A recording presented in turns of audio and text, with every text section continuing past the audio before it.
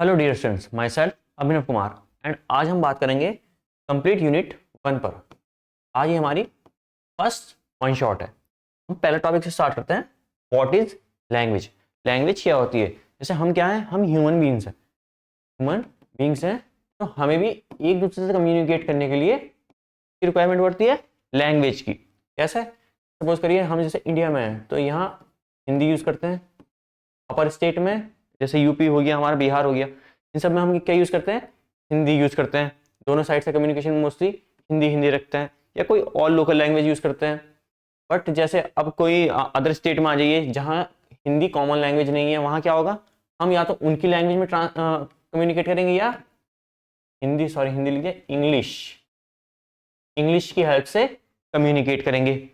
और कोई ऐसा पर्सन है जो बोल नहीं सकता, सुन नहीं सकता, उससे कैसे कम्युनिकेट करेंगे? साइन लैंग्वेज में। लैंग्वेज का मेन पर्पस ये है कि हम एक दूसरे से कम्युनिकेट कर सके। जैसे ह्यूमन बीइंग के अलावा हम एनिमल से कम्युनिकेट करते हैं, तो कैसे करते हैं? हम उन्हें भी तो कुछ क्या कहते हैं, साइंस शो करते हैं तभी तो। फिर language is a system of symbols. Symbols का होता है, वर्ड्स का होता है, साइन का होता है। Use by people to communicate ideas, thoughts और फीलिंग्स। इसी टाइप से हम कंप्यूटर से कम्युनिकेट करने के लिए क्या करते हैं? प्रोग्रामिंग लैंग्वेज का यूज करते हैं। बिकॉज कंप्यूटर को नहीं पता हिंदी, इंग्लिश, स्पेनिश या फ्रेंच क्या चीज़ है। उसे सिर्फ एक चीज़ आती है, वो है 0-1 जो है binary language, binary code. Hindi, English, French और मैनी लैंग्वेजेस हैं। बट कंप्यूटर किस पे है? टोटली वो मशीन कोड पर डिपेंडेंट है। English, Hindi, Spanish are natural language for human communication. Characteristic देख लेते हैं। डेली लाइफ में यूज करते हैं भाई ह्यूमन बीइंग। फ्लेक्सिबल है, same word can have many meanings, includes grammar, vocabulary and tone, can be ambitious, unclear meaning sometimes, purpose, state thoughts and feelings. Simple language का क्या यूज है कि जिससे हम अपनी बात सामने वाले को समझा सकें और उसकी बात समझ सके। इसी टाइप से हम सेम वे में कंप्यूटर के साथ भी करते हैं कि हमें कंप्यूटर को अपनी बात बतानी होती है। जैसे सपोज करिए मैंने कहा कंप्यूटर से ये एक रूम है, इसमें मैंने तुम्हें 5 ऑब्जेक्ट्स दिए, अब ये प्लेस कर दो तुम कहीं भी, तो उसे ये बात कैसे बताएंगे? सिंपल इंग्लिश में तो पता नहीं चलेगा, तो उसके लिए यूज करेंगे हम प्रोग्रामिंग लैंग्वेज का। जैसे अगर मुझे उसे 2+2 कराना है, उसके लिए मुझे उसे प्रोग्राम बताना पड़ेगा। What is programming language? A precise set of instructions and rules that human write to make computer perform specific task। जैसे अभी हम C की बात करें तो हम अपना मेन फंक्शन कहाँ लिखेंगे? मेन में लिखेंगे int। अब मुझे उससे क्या कराना है? 2 वैल्यूज को ऐड कराना है, a + b। फिर मैं लिखूंगा print f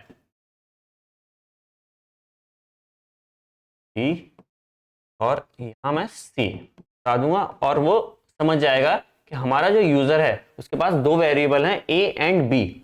int a and int b, उनकी वैल्यूज है 5 एंड 3। अब क्या कराना है? वो थर्ड स्टेप में आएगा। उसने कहा कि इन दोनों को ऐड करा दो। फिर वो कह रहा है कि हमारा यूजर कह रहा है कि प्रिंट और करा दो, यानी जो उसका आउटपुट होगा उसे डिस्प्ले करा दो। इस टाइप से हमने उसे इंस्ट्रक्शंस दिए और उसने उन इंस्ट्रक्शंस को फॉलो किया और हमें हमारा आंसर प्रोवाइड कर दिया। तो ये था हमारा प्रोग्रामिंग लैंग्वेज का यूज। फिर हमारी प्रोग्रामिंग लैंग्वेज कौन कौन सी है? सी है, C++ है, पाइथन, जावा, जावास्क्रिप्ट और भी मैनी मोर हैं, जैसे रूबी हो गई और HTML तो वैसे हम स्क्रिप्ट लैंग्वेज कंसिडर करते हैं। बट मेन पर्पस क्या है उसका? कि वो कंप्यूटर को बताता है कि कौन कौन से स्टेप्स फॉलो करके क्या क्या करना है, कि कौन सा स्पेसिफिक टास्क में कंप्लीट करना है। Characteristic use by programmers and computers and programmers के बीच में एक कम्युनिकेशन स्टैब्लिश करता है, या कह सकते हैं एक ब्रिज की तरह वर्क करते हैं। कौन? Programming language. Very strict, exact syntax must be followed, यानी जो उसका सिंटैक्स है वही फॉलो होना चाहिए, अदरवाइज वो एरर शो करेगा। Unambiguous, computers need clear step by step instructions, यानी कि जैसे हम कुछ भी वर्ड यूज कर देते हैं कंप्यूटर के साथ, ऐसा नहीं कर सकते। उसे प्रॉपर वर्ड बताना पड़ेगा, प्रॉपर सिंटैक्स की हेल्प लेनी पड़ेगी, तभी वो हमारी बात को समझ पाएगा और उसके अकॉर्डिंग क्या होगा, वर्क कर पाएगा। Translated to machine code that computer can execute का क्या मीनिंग हुआ कि हमें पता है कि कंप्यूटर किस चीज पर वर्क करता है, वो सिर्फ 0 और 1 को जानता है, वो उसे सिर्फ बाइनरी कोड का पता है जो है 0 और 1, उसे हिंदी इंग्लिश कुछ नहीं पता, उसे सिर्फ 2 चीजें पता है, उसे पता है 0 और 1। तो अब हमें किसकी, असेंबलर या कंपाइलर की हेल्प लेते हैं जिससे वो हमारे कोड को किस में कन्वर्ट कर सके, 0 एंड 1 में, यानी कंप्यूटर की लैंग्वेज में, मशीन कोड में कन्वर्ट कर सके। कौन, कंपाइलर या असेंबलर हमारे प्रोग्राम को, जिससे कंप्यूटर उसे समझकर उस पर वर्क कर सके। Purpose, communicate with computer and tell them how to solve problems और परफॉर्म एक्शंस, यानी कि हम उसे इंस्ट्रक्शंस बता सकें कि तुम्हें क्या करना है और इसका आउटपुट क्या होना चाहिए। अब सी क्या है, C is a general purpose high level programming language. It is known for powerful, fast and efficient. ये 1972 में डेवलप हुई थी, या कह सकते हैं 1972 में इन्वेंट हुई थी, और आज तक ये वर्क कर रही है। तो कोई तो बात होगी इसमें कि जो ये इतने लंबे टाइम तक टिक गई, जबकि और बहुत सारी लैंग्वेजेस है जैसे C++, सी हैश, फिर भी ये अब तक मार्केट में टिकी हुई है। कोई तो रीजन होगा इसका, वो हम आगे देखते हैं। Created by Dennis Ritchie at Bells lab 1972। Why was it created? To develop the Unix operating system, यानी ऑपरेटिंग सिस्टम डेवलप करने के लिए इसकी हेल्प ली गई थी। To replace older language like B with a better tool for system programming. B से पहले BCPL थी, उससे पहले कोबोल थी, फिर उससे भी पहले बात करें तो फोर्ट्रन थी, उसके बाद हमारी आई सी। इसके बीच में और भी आई जैसे लिस्ट हो गई, एल्गोल हो गई, इस टाइप से। Key feature, simple and easy to learn, fast efficient. Fast and efficient क्यों है, क्योंकि ये मिडिल लैंग्वेज है, यानी इसका सिंटेक्स जो है वो, सॉरी सिंटेक्स कह रहा हूं, जो ये है ये लो लैंग्वेज के क्लोज है। पोर्टेबल है, मॉड्यूलर है, रिच लाइब्रेरी है, जैसे हमारे पास रिच लाइब्रेरी क्या हो गया, td.h, mat.h, string.h और conio.h। इसमें क्या है, इसमें डिफरेंट हमें फंक्शंस मिलते हैं जिससे हम अपने क्या कह सकते हैं उसे, जो हमारे रिक्वायरमेंट होती है उसे फुलफिल कर सकते हैं। लो लेवल लैंग्वेज एक्सेस, यानी डायरेक्ट हार्डवेयर को एक्सेस कर सकती है। Can directly work with memory using pointers, और DMA यानी direct memory access. Why C is use, operating system, जैसे हमने देखा कि पहला पर्पस इसका यूनिक्स था ऑपरेटिंग सिस्टम के लिए, लिनक्स कर्नल, विंडोज सब में यूज होती है। एम्बेडेड सिस्टम, माइक्रो कंट्रोलर में भी होते हैं। कंपाइलर्स एंड इंटरप्रेटर्स, प्रोग्राम को हाई लेवल लैंग्वेज का जो प्रोग्राम होता है उसे क्या करने के लिए, कंपाइल करने के लिए, कह सकते हैं कन्वर्ट करने के लिए मशीन कोड में। डिवाइस ड्राइवर्स, जैसे आपके पेन ड्राइव हो गई, या pen drive, printer, mouse, keyboard,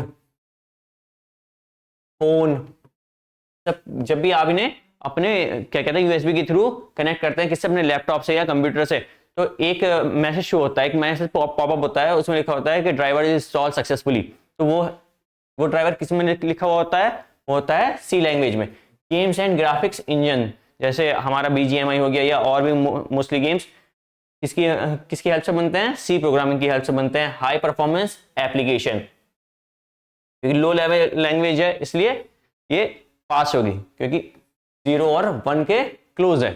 अब एक छोटा सा प्रोग्राम है, इसे देख लेते हैं।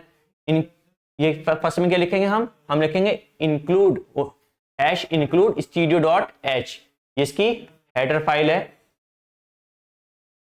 studio.h का मीन्स है स्टैंडर्ड इनपुट आउटपुट। ये हमें एबिलिटी देता है जिससे हम print F and scan F का यूज कर सके। विदाउट studio.h के हम प्रिंट एफ और स्कैन एफ का यूज नहीं कर सकते हैं। फिर आया हमारे पास मेन, ये हमारा मेन फंक्शन होता है इंट मेन, इसका नेम इसलिए क्या रख दिया, मेन। तो ये हमारा मेन फंक्शन है, इसी के अंदर सब लिखा जाता है। Print F hello word, print F कैसा है, स्मॉल p है और PRINT एंड F में फिर हेलो वर्ल्ड।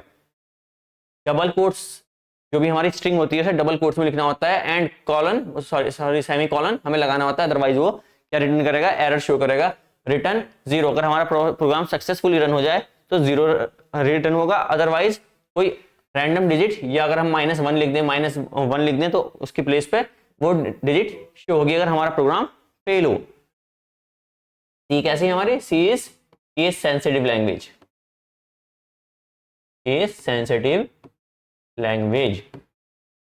इसका क्या मीनिंग हुआ, इसका मीनिंग ये हुआ कि जो हमारा सपोज करिए मेरे पास एक कैपिटल ए है और एक स्मॉल ए है, तो ये क्या है, आप तो कहेंगे दोनों सेम है, बस क्या फर्क है कि कैपिटल है एक स्मॉल है, बट प्रोग्राम के लिए ये दोनों डिफरेंट फंक्शंस है, डिफरेंट पर्सन है, सॉरी डिफरेंट पर्सन। मैं आपसे कहूं, मैंने कहा APPPLE एप्पल और APPLE एप्पल, आप क्या कहेंगे, ये दोनों का मीनिंग क्या है, एप्पल ही है, सेम चीज है, बट प्रोग्राम के लिए ये दोनों डिफरेंट है। अगर मैं इसे प्रिंट करूं और इसे प्रिंट करूं तो ये दोनों मुझे अलग अलग शो करेगा वो। ये सी क्या है हमारी, सी केस सेंसिटिव लैंग्वेज है, जिसमें यानी स्मॉल अल्फाबेट्स या लेटर्स लिख देते हैं, लेटर्स और capital letters both are different. Explanation देख लेते हैं। Hash include studio.h tells the compiler to use the standard input output library। तो क्या बता रहा है पहली लाइन कि studio डॉट हमारी का यूज करो, studio.h लाइब्रेरी का यूज करो। Main the starting point of every C program, main function है हमारा printf, print the text to the screen. और स्कैन किस एफ का क्यों यूज करते हैं, स्कैन एफ का यूज करते हैं हम, एक अभी आगे पढ़ेंगे, स्कैन एफ का क्यों यूज करते हैं, यूजर से इनपुट लेने के लिए। Return 0 end the program successfully. अब हिस्ट्री ऑफ सी, 1960 से computer were big and expensive. मैं इसकी आपको एक समरी दे देता हूं, बाद में आप लोग इसे रीड कर लीजिएगा। तो 1957 से स्टार्ट करते हैं। 1957 टाइम हमारे पास थी फोर्ट्रन, फॉर्मूला ट्रांसलेशन।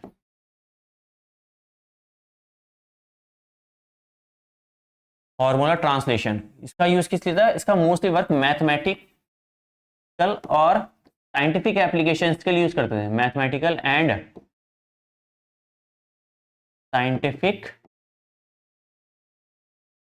एप्लीकेशंस के लिए इसका यूज करते थे।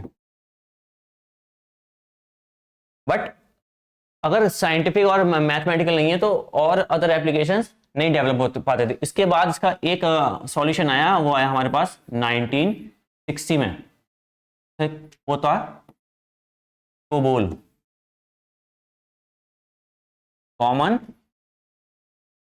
बिजनेस ओरिएंटेड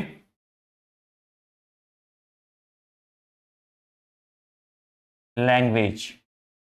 का क्या पर्पस था, ये बिजनेस एप्स के लिए था, जैसे जीएसटी और टैली, इस टाइप की एप्स के लिए था ये, tally and tally.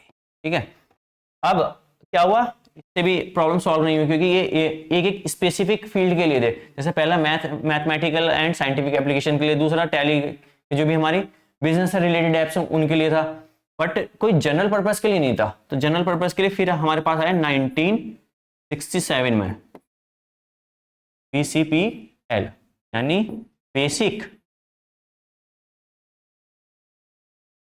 Combined programming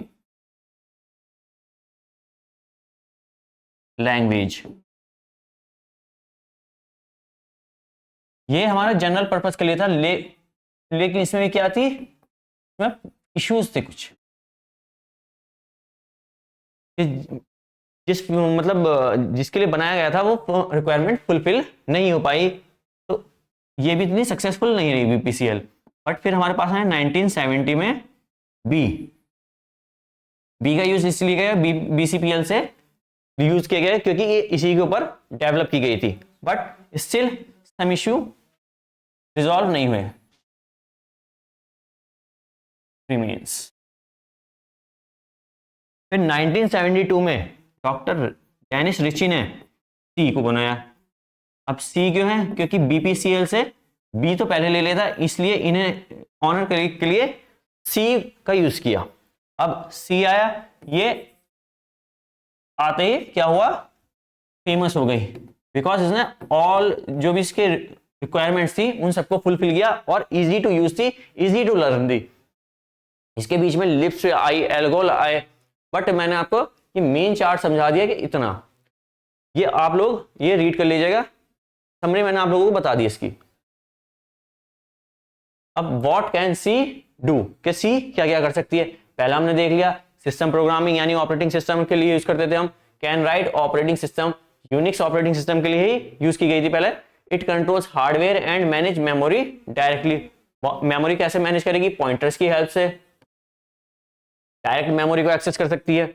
it creates device drivers and system level tools. फिर what can C do, games, text editor, database, database में कौन सा माई एसक्यूएल हो गया या इस टाइप से डाटा टाइप जो भी है वो डाटाबेस जो भी है उनमें इसका यूज करते हैं। Graphics and animation software, embedded system, embedded system क्या है, washing machine, cars, medicine devices और smart watches. It perfect for micro controller because it fast and light weight. Compilers and interpreters, compilers क्या है कि compilers हमारे high level language जो होती है जैसे पाइथन हो गया, तो उसे क्या करेगी, तो मशीन कोड में कन्वर्ट कर देगी। कंपाइलर की हेल्प से हम हमारी हाई लेवल लैंग्वेज को मशीन कोड में कन्वर्ट कर सकते हैं। कैसे, कंप्लीट कोड को, जो भी हमारा सोर्स कोड होगा, कंप्लीट कोड होगा, एक ही बार में क्या करेगा, उसे कंपाइल करके इसमें मशीन कोड में कन्वर्ट कर देगा। और इंटरप्रेटर क्या करेगा, इंटरप्रेटर 1 बाय 1 के एक लाइन, फिर दूसरी लाइन, फिर तीसरी लाइन।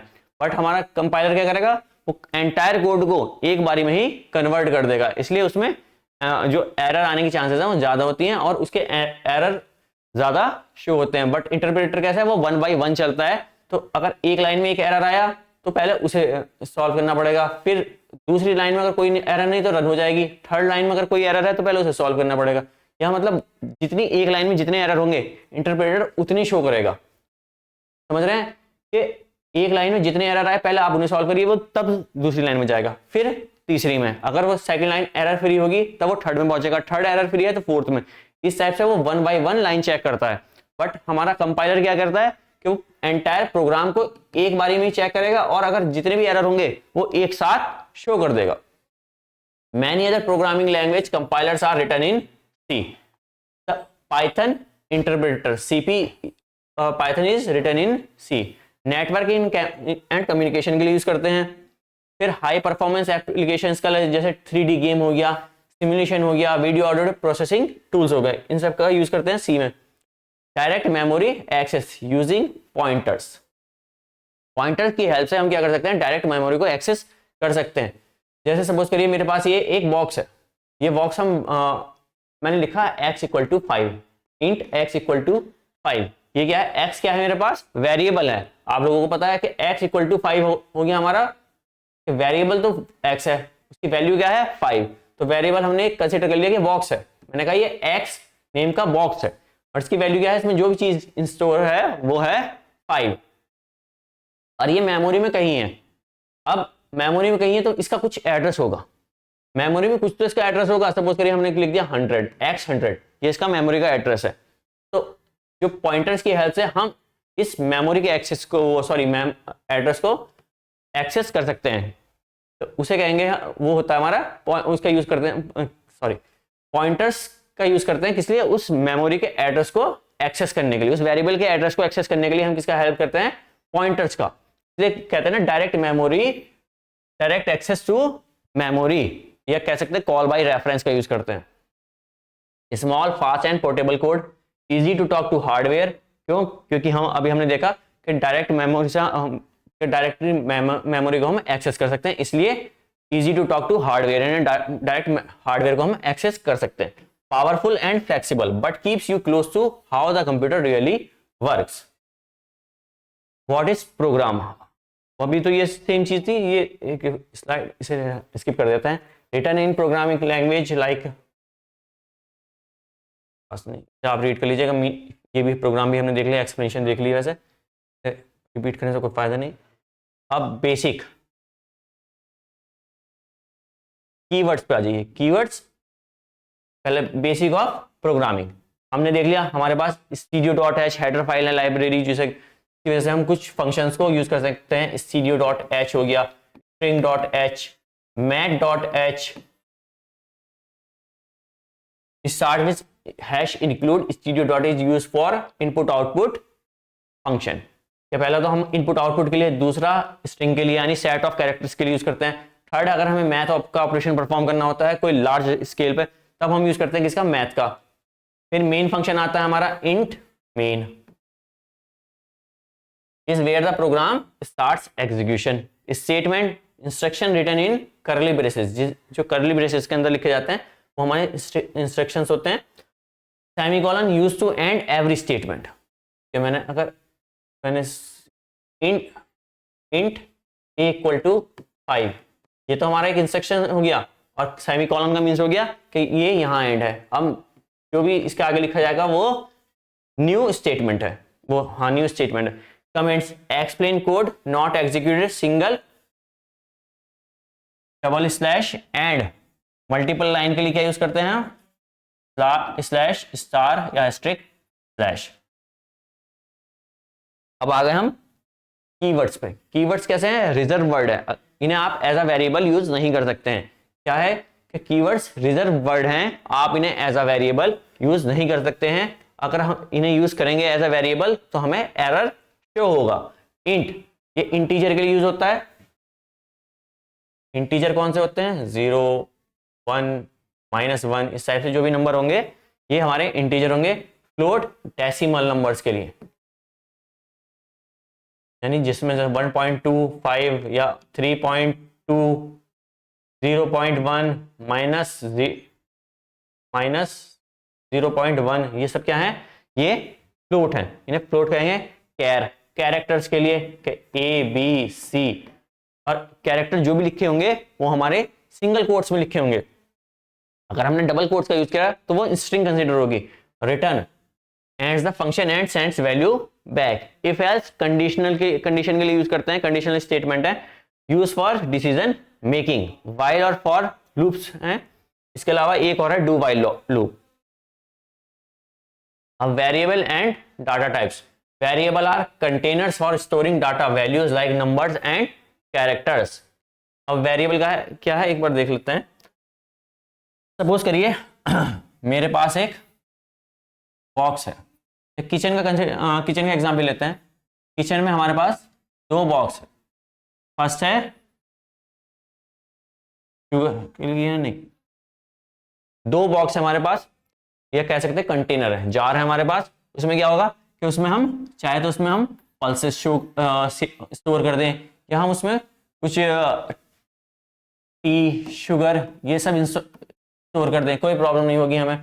तो इसी टाइप से हमारे वेरिएबल्स भी हैं. कि मैंने कहा इंट एक्स. एक्स अब मेरे पास एक क्या है, जार है, या कह सकते हैं कंटेनर है जिसमें मुझे वैल्यू स्टोर करनी है.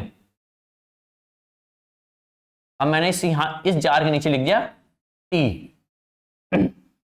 तो अब मुझे इसके अंदर, ये जो जार है इसके अंदर मुझे टी को स्टोर करना पड़ेगा. इसी टाइप से मैंने यहां लिखा है इंट एक्स, यानी एक्स तो मेरे पास जार है, कोई प्रॉब्लम नहीं, कंटेनर है मेरे पास, बट यहां क्या लिख दिया मैंने लिख दिया यहां इंट, यानी अब इसके अंदर जो भी वैल्यू स्टोर होगी वो इंट होनी चाहिए.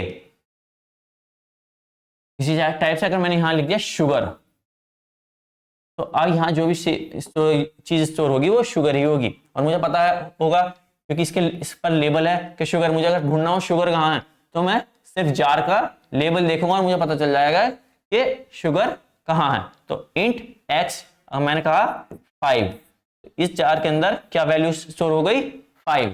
तो इसी टाइप से हमारे वेरिएबल वर्क करते हैं. कि अब मैंने लिखा फ्लोट, मैंने फ्लोट y 1.2, क्या कैर CHA।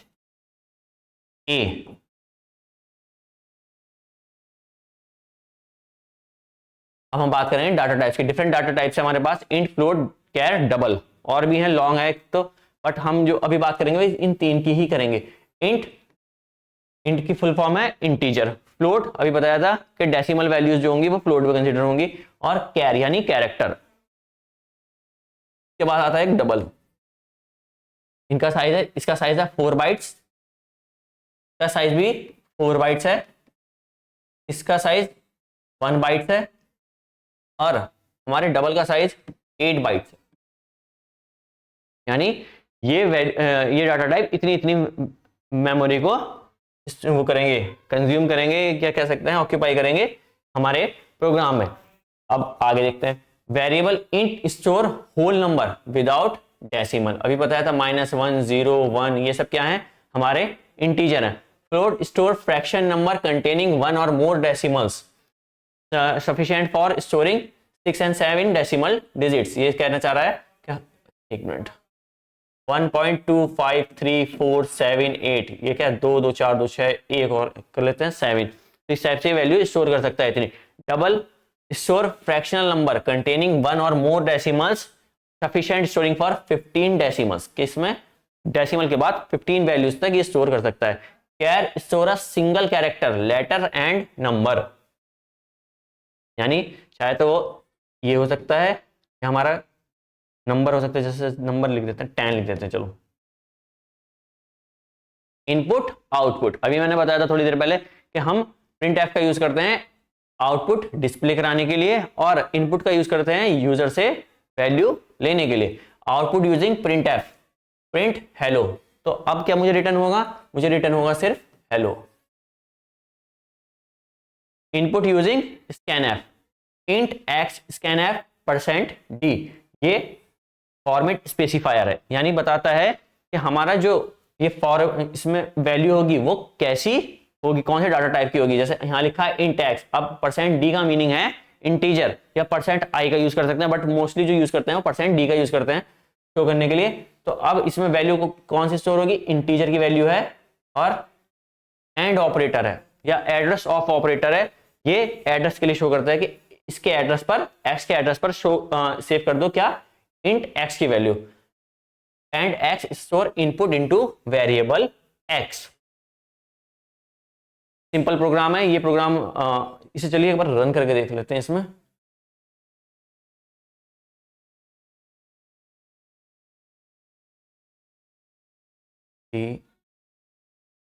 Compiler,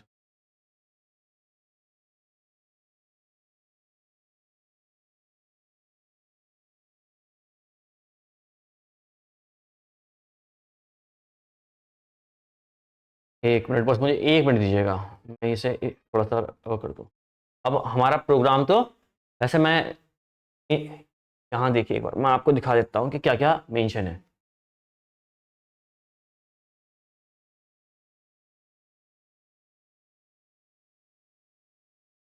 hash include studio.h, यानी हमारी मेन हेडर फाइल आ गई है। यहाँ हेडर फाइल आ गई है कि अब हम इजीली यूज कर सकते हैं किसका, हमारे प्रिंट एफ और स्कैन एफ का। फिर इसमें आया इंट मेन, मेन फंक्शन है हमारा, जो भी स्टेटमेंट आएगा वो सब किस में आएगा, यहाँ आएगा रिटर्न 0। अगर हमारा प्रोग्राम सक्सेसफुल रन हुआ तो रिटर्न 0 होगा, अदरवाइज वो एरर शो कर देगा।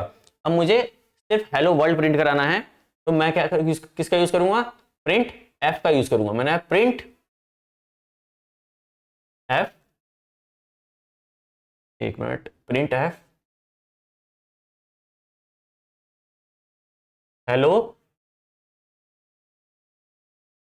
वर्ल्ड,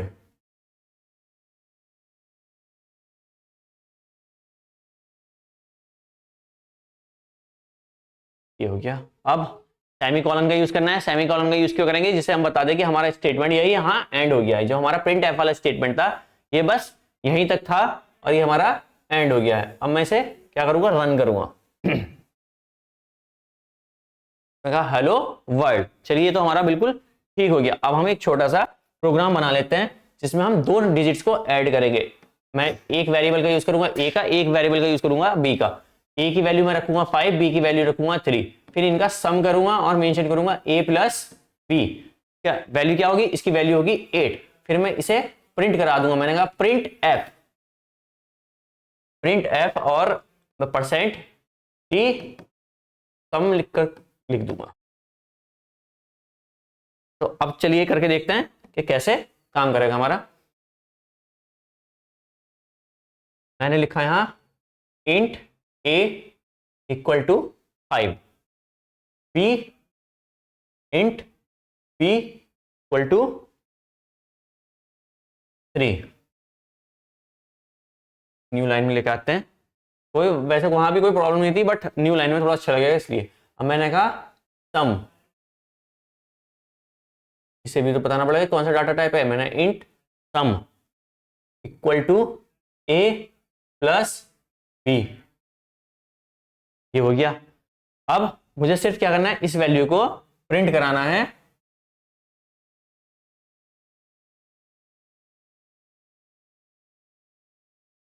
परसेंट डी, और यहां मैं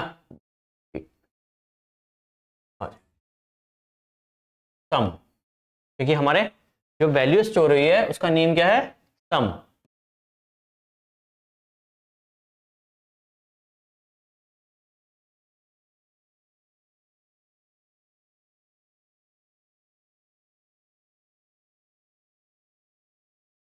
सम, अब देखते हैं क्या कोई 8, हमें 8 वैल्यू मिल गई है। इससे थोड़ा सा और अच्छा दिखाने के लिए क्या लिखेंगे हम, द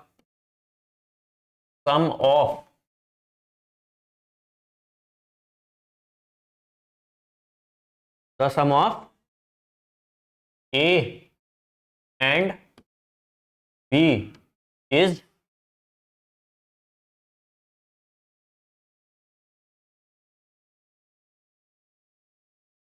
सम। ये देखिए, the sum of a and b is 8, यानी हमारा प्रोग्राम सही वर्क कर रहा है। अब एक छोटी सी चीज और बताई थी मैंने कहा ये तो हमने हार्ड कोडेड कर दिए हैं, बट अगर हमें यूजर से वैल्यू लेनी हो तब क्या किसका यूज करेंगे। याद कीजिए, आपको यूजर से वैल्यू लेने के लिए मैंने बताया था कि हम यूज करते हैं स्कैन एफ का। यूजर से इनपुट के लिए हम यूज करते हैं स्कैन एफ का। एक बार छोटा सा प्रोग्राम स्कैन एफ की हेल्प से भी बना के देख लेते हैं, जिससे हमें पता चल जाए कि हम सही ट्रैक पर हैं या नहीं, कि हमें समझ में आ भी रहा है या बस ऐसे चल रहा है। फिर मैंने कहा पहले तो हम 5 को हटा देंगे, न्यू लाइन में एंटर करेंगे।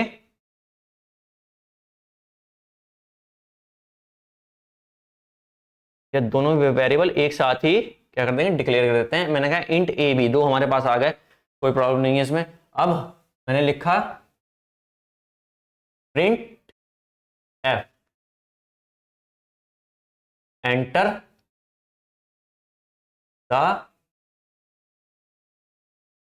द वैल्यू ऑफ, लिख दिया ऑफ ए, इतना हो गया हमारा। अब सेमीकोलन कैन एफ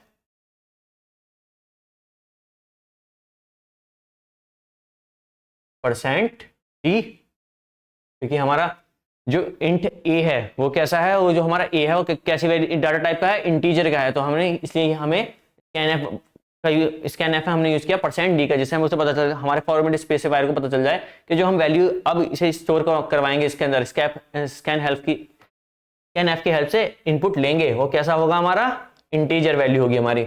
अब उसका एड्रेस ऑपरेटर का यूज करके मुझे ए बताना पड़ेगा उसका, और ये रहा ए। अब मैं इसे ही कॉपी कर लूंगा और सिर्फ वेरिएबल को चेंज कर दूंगा, तो मुझे बार बार लिखना ना पड़े। यहाँ कंट्रोल बी कर दिया। अब क्या करना है मुझे, सिर्फ एक तो यहाँ चेंज करूंगा बी, और एड्रेस को चेंज कर दूंगा। ये जहाँ एक्स की बी की वो सॉरी वैल्यू सेव होगी बी की, उसे चेंज कर दूंगा। अब रन करते हैं, एंटर वैल्यू ए, मैंने कहा 5, चलिए एंटर कर दिया। एंटर वैल्यू ऑफ बी, मैंने 3। The sum of a and b is 8। चलिए एक बार और किसी और डिफरेंट डिजिट्स के साथ स्टार्ट कर लेते हैं। मैंने 10, हाँ मैंने पहला है ए की वैल्यू 10 है और बी की वैल्यू क्या है हमारी 8 है। 18। इसका मतलब हमारा प्रोग्राम तो सही वर्क कर रहा है।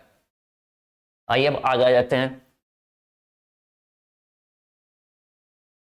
ऑपरेटर्स, ऑपरेटर कौन कौन से होते हैं? फर्स्ट हमारे पास arithmetic operator, relational operator, logical and assignment operator. ये चार ऑपरेटर्स हैं, इनको देख लेते हैं। अर्थमेटिक ऑपरेटर में हमें जैसे पता है plus minus multiply divide percentage या मॉडुलस कहते हैं इसे। रिलेशनल, रिलेशन स्टैब्लिश करने के लिए दो कंडीशंस के बीच में या दो स्टेटमेंट के बीच में रिलेशन स्टैब्लिश करने के लिए यूज करते हैं किसका? रिलेशनल का।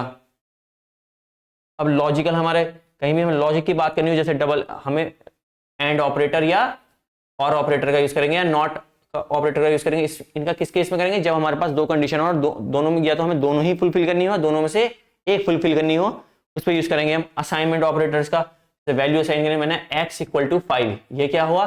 का मतलब x की वैल्यू 5 है। ये जो इक्वल ऑपरेटर है, इक्वल साइन है, ये क्या वर्क कर रहा है यहाँ? ये असाइनमेंट ऑपरेटर। आप कहेंगे अगर मुझे किसी की वैल्यू इक्वल करनी हो, कि मुझे चेक करना हो, कंडीशन चेक करनी हो कि ये वैल्यू 5 के, जैसे हमने यहाँ 5 लिया, कि x की वैल्यू 5 के इक्वल है नहीं, तो उसका कैसे करेंगे? इसके लिए हम यूज करेंगे double equal to 5। Single equal का यूज करेंगे तो असाइनमेंट ऑपरेटर है, वो वैल्यू असाइन कर देगा वेरिएबल को हमारे। अगर हम डबल इक्वल का यूज करेंगे तो इसका मतलब होगा कि हम बात कर रहे हैं यहाँ इन दोनों के कंपैरिजन की, कि ये दोनों इक्वल है या नहीं है। कंट्रोल स्टेटमेंट्स, इफ एल्स, इसका यूज करते हैं हम। जैसे इसमें हमारे पास प्रोग्राम था, if a greater than b, print a is greater else print b is greater. जब भी हमें हमारे पास दो कंडीशन हो और उनमें से हमें एक को सिलेक्ट करना हो और आगे का प्रोग्राम हमारा उसी कंडीशन पर डिपेंड हो। इफ एल्स का मीन्स है अगर मगर, कि यानी अगर इफ वाला ब्लॉक रन हुआ तो हमारा ये स्टेटमेंट, अदरवाइज हमारा एल्स वाला ब्लॉक तो रन होगा ही होगा। जब हम कुछ चेक करते हैं तो उसमें कि अगर हमारी कंडीशन फुलफिल हुई तो ठीक है, वरना कुछ नहीं हुआ तो यहाँ एरर शो कर देना, इस टाइप से। और लूपिंग का यूज करते हैं कि जब भी हमें कोई स्टेप बार बार रिपीट करना हो। ये सिंपल सा प्रोग्राम लूप का है स्टेटमेंट, वो बता देता हूं आपको। इसमें हमने फॉर का यूज किया है, फिर हम वाइल का भी यूज करेंगे, डू वाइल का भी यूज करेंगे। फॉर इंट आई, यानी आई कैसा है? आई इंटीजर है, उसकी स्टार्टिंग वैल्यू क्या है? उसकी स्टार्टिंग वैल्यू 1 है। यहाँ इनर्शियल वैल्यू जो स्टार्टिंग में होता है वो इनर्शियल वैल्यू को शो करता है। ये हमारी कंडीशन है कि आई लेसर देन इक्वल टू 5, ये हमारी कंडीशन हो गई। यहाँ हम कंडीशन की बात कर रहे हैं कि हमारा लूप कहां तक रन होगा? हमारा लूप रन होगा 5 तक, यानी 1 से स्टार्ट होगा और 5 तक रन होगा। उसने कहा आई प्लस प्लस, इसका मीन्स है कि आई की वैल्यू हर बार 1 से इंक्रीमेंट कर दो, 1 से बढ़ा दो। फिर प्रिंट है परसेंट डी का आपको मतलब पता है, परसेंट डी का मीनिंग है कि ये इंटीजर है। और आई, अब आई क्या है? ये जो आई था यहाँ प्रिंट होगा, तो इसका आउटपुट आएगा 1 2 3 4 5। अगर मैं यहाँ स्लैश एन लगा दूं, एस्केप कैरेक्टर को यूज करूं, तो क्या होगा? मुझे फिर आउटपुट देंगे 1 2 3 4 5।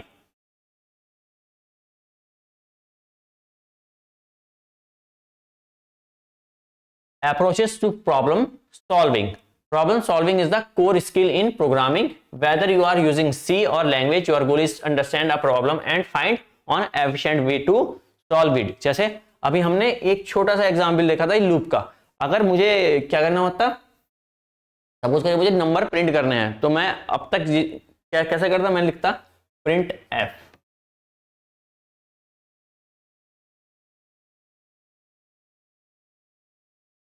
प्रिंट एफ 2 टाइप से 5 तक लिखता।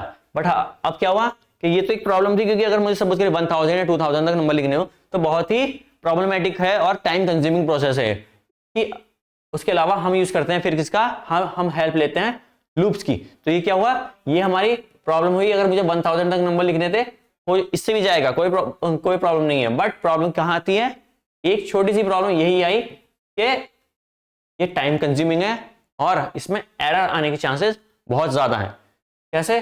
कि सपोज करिए मैं टाइप कर रहा हूँ, मैं एक चीज लिखता लिखता परेशान हो गया, कहीं मैंने 1 में मिस्टेक कर दिया, कहीं मैं काउंटिंग भूल गया, या कहीं मैंने प्रिंट में मिस्टेक कर दी, मैंने कैपिटल ए लिख दिया। आपको थोड़ी देर पहले बताया था कि जो हमारी सी है वो कैसी है? वो हमारी केस सेंसिटिव लैंग्वेज है, यानी उसमें कैपिटल ए और small A both are different persons, both are different things. तो ये हमारी प्रॉब्लम आ सकती है। उसका सॉल्यूशन क्या है? लूप्स का। जब भी हमें कोई एक काम रिपीट करना हो बार बार तो हम लूप्स का यूज करेंगे। अंडरस्टैंडिंग द प्रॉब्लम, के पहले प्रॉब्लम को समझो कि what is input, what is expected output, क्या हमारा इनपुट क्या है, आउटपुट क्या है, constraint, time limits, number range, special cases, breaking the problem into smaller parts, यानी प्रॉब्लम को छोटे छोटे पार्ट्स में ब्रेक करो। जैसे सपोज करिए मुझे एक प्रोग्राम लिखना है ऑड इवन का, सबसे अच्छा ऑड इवन का प्रोग्राम लिखना है। अब ऑड इवन कैसे होगा कि जो भी डिजिट्स क्या होती हैं 2 से कंप्लीटली डिवाइड होती हैं। जैसे हमारा 10 है, अच्छा 2 से डिवाइड करूंगा तो क्या होगा, उसका रिमाइंडर 0 है, यानी इसका मीन्स जिसका रिमाइंडर 0 है वो हमारा क्या है, वो हमारा इवन है कंप्लीटली। और जिसमें रिमाइंडर रिमेनिंग रह गया, जैसे 1 हो गया, 5 है, फिर से डिवाइड कर दिया तो इसका क्या रिमाइंडर क्या है, 1 है। तो अब मैं समझ गया कि 0 आया तो इसका मतलब हमारा नंबर इवन है, अदरवाइज हमारा नंबर क्या होगा, ऑड होगा। तो इसके लिए यूज करेंगे हम इफ एल्स का। मैंने कहा if i percent 2 equal to 0, और अगर ये कंडीशन फुलफिल हो रही है तो क्या कर दो, इसे print f, even number print कर दो। अगर ये कंडीशन फुलफिल नहीं हुई तो तुम आ जाओ एल्स में। एल्स में कोई कंडीशन देने की जरूरत नहीं होती। एल्स का मीनिंग है कि अगर वो नहीं चला तो ये तो चलेगा ही चलेगा, यहां ऑड प्रिंट कर दो। इस टाइप से मैंने अपनी प्रॉब्लम को ब्रेक कर लिया स्मॉल पीसेज में और उसी के अकॉर्डिंग वर्क किया। फिर अप्रोचेस कौन कौन सी यूज करते हैं, brute force, greedy approach, divide and conqueror, dynamic and back tracking. इसमें से आपके हार्डली 1-2 ही यूज कर पाएंगे करेंगे अभी के लिए। Try all possible solutions good for small problems, हर एक पॉसिबल सॉल्यूशन को ये यूज करती है। Chosen the best option at every step. Divide and break problems into sub problem, example merge sort. Sorting की बात हम लास्ट में करेंगे। आपके में 2 ही सॉर्ट हैं, एक तो कौन कौन सी, एक तो सिलेक्शन सॉर्ट थी, एक बबल सॉर्ट थी। 2 सॉर्ट है, सिलेक्शन सॉर्ट और बबल सॉर्ट। ये सॉर्टिंग है बस आपके सिलेबस में अभी। फिर solve complex problem by reusing previous result. Try possible choices and backtrack if they fail. Writing pseudo code और फ्लो चार्ट। सूडो कोड क्या है, सूडो कोड को आप फॉल्स कोड कंसीडर कर सकते हैं, यानी कि लगता है कोड है, प्रॉपर कोडिंग है बट होती नहीं है। और फ्लो चार्ट का क्या है, सिंबल्स का यूज करते हैं इसके लिए, प्रॉब्लम सॉल्विंग के लिए किसका यूज करते हैं, सिंबल्स का यूज करते हैं हम। ये देखिए ये हमारा फ्लो चार्ट है। इसमें कैसे, एक बार मैं कलर चेंज कर लेता हूँ इसका। Start input, input b, set c equal to A plus b, same program है जो भी हमने बनाया था, sum equal to A plus b का। बस उसे क्या किया, उसे सिंबल्स में या विजुअलाइज फॉर्म में ला दिया उसे। जो भी हमारी स्टार्टिंग होगी वो ओवल से होगी। स्टार्टिंग और एंडिंग के लिए हम ओवल का यूज करेंगे। पैरेललोग्राम का यूज करेंगे हम इनपुट आउटपुट के लिए। और रेक्टेंगल बॉक्स का यूज करेंगे, किसका, रेक्टेंगल बॉक्स का यूज करेंगे हम किसके लिए करेंगे, हम प्रोसेस के लिए करेंगे।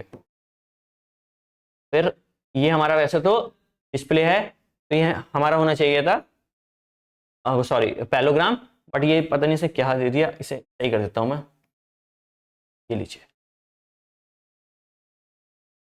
और भी है, जैसे हमारे पास डायमंड है, वो डायमंड का यूज करते हैं हम। इसमें डायमंड का यूज अब तक नहीं आया, डायमंड के बात हम आगे करेंगे। डायमंड शेप का यूज करते हैं हम, किस लिए उसका यूज करते हैं, हम करते हैं उसका यूज डिसीजन के लिए, कि जब भी हमारे पास एक से ज्यादा डिसीजन हो तब।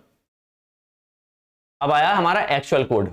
ये अब वैसे तो हमने बात कर लिया इसकी, फिर भी मैं आपको एक बार बता देता हूँ। कलर चेंज कर लेता हूँ। हमने स्टार्टिंग की, मैंने स्टार्टिंग से बता देता हूँ। Hash include studio dot H का मतलब कि हमारी हेडर फाइल है। अब इसे प्रोग्राम में लिखते ही हम क्या कर सकते हैं, हम प्रिंट एफ और स्कैन एफ का यूज कर सकते हैं बिना किसी प्रॉब्लम के, हमें एरर शो नहीं होगा। फिर हम आ गए मेन फंक्शन में। हमारा मैंने 3 इंटीजर क्या किए हैं, वेरिएबल डिफाइन किए हैं। वो कौन से, इंटीजर के। उनका डाटा टाइप क्या है इन तीनों वेरिएबल्स का, इंटीजर, ए बी और सम। एंटर वो प्रिंट एफ एंटर 2 नंबर्स, यानी हमें जब हमारा प्रोग्राम रन होगा तो हमें स्टार्ट में आएगा एंटर 2 नंबर्स। उसके बाद स्कैनएफ %d दो बार इसलिए है क्योंकि एक ए के लिए यूज होगा और एक बी के लिए। अब उसकी दोनों की वैल्यू आ गई ए एंड बी, मैंने यहां मेंशन किया 3 and 5।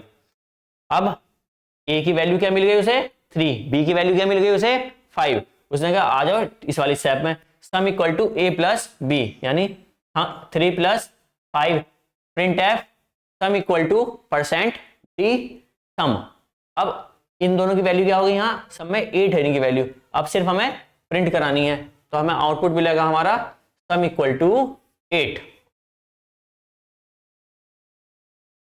Testing and debugging, check if the program works for all types of input, यानी एक से अभी तो अपने करा था कि 8 के लिए था, बट हम जब भी स्कैनएफ का यूज करेंगे यानी यूजर से इनपुट लेंगे तो क्या होगा कि हमें 1-2-3 कंडीशन चेक कर लेनी चाहिए। 2-3 बार क्या हो सकता है कि एक कंडीशन के लिए चल रहा, दूसरे कंडीशन के लिए या इनपुट के लिए नहीं वर्क करे। Try each case like 0 negative numbers, if something goes wrong debug it, check logic और सिंटैक्स।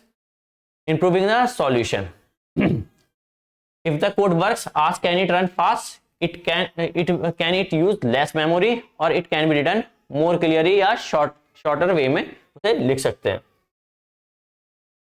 एग्जाम्पल पहला हमारा स्टेप है अंडरस्टैंड, कि हमारी प्रॉब्लम को समझना होगा कि हमें क्या करना है। जैसे अगर हमें 2 नंबर ऐड कराने हैं तो add 2 numbers, break down input add output. अभी हमने सेम वे में किया कि पहले हमने यूजर से इनपुट लिया, उसके बाद उसे ऐड किया, फिर हमें आउटपुट शो किया। चूज मेथड, सिंपल मैथ का यूज किया था। Write logic, sum equal to A plus B, code written in C, और टेस्ट ट्राई विद 5 + 10 और 0 0। ये डबल हो गया।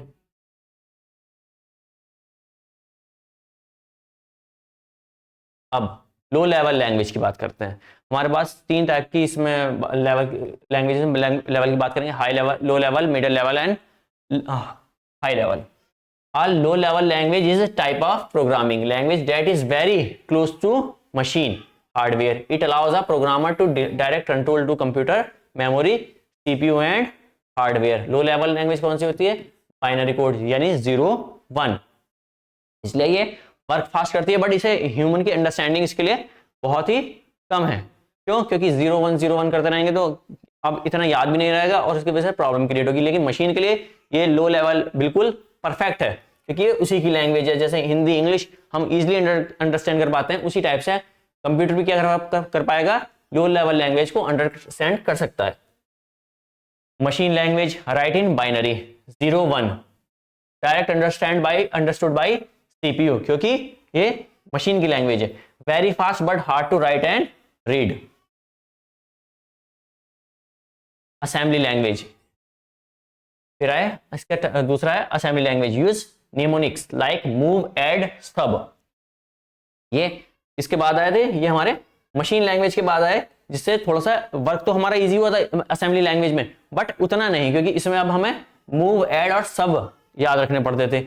Easier than machine code but still hardware specific, requires an assembler to convert it into machine code, यानी इसमें हमें assembler की requirement होती है इसे कन्वर्ट करने के लिए। जैसे हमें हाई लेवल को लो लेवल में कन्वर्ट करने के लिए किसकी यूज होती है, कंपाइलर की रिक्वायरमेंट पड़ती है। उसी टाइप से असेंबली लैंग्वेज को मशीन लैंग्वेज में कन्वर्ट करने के लिए हमें जरूरत पड़ती है असेंबलर की।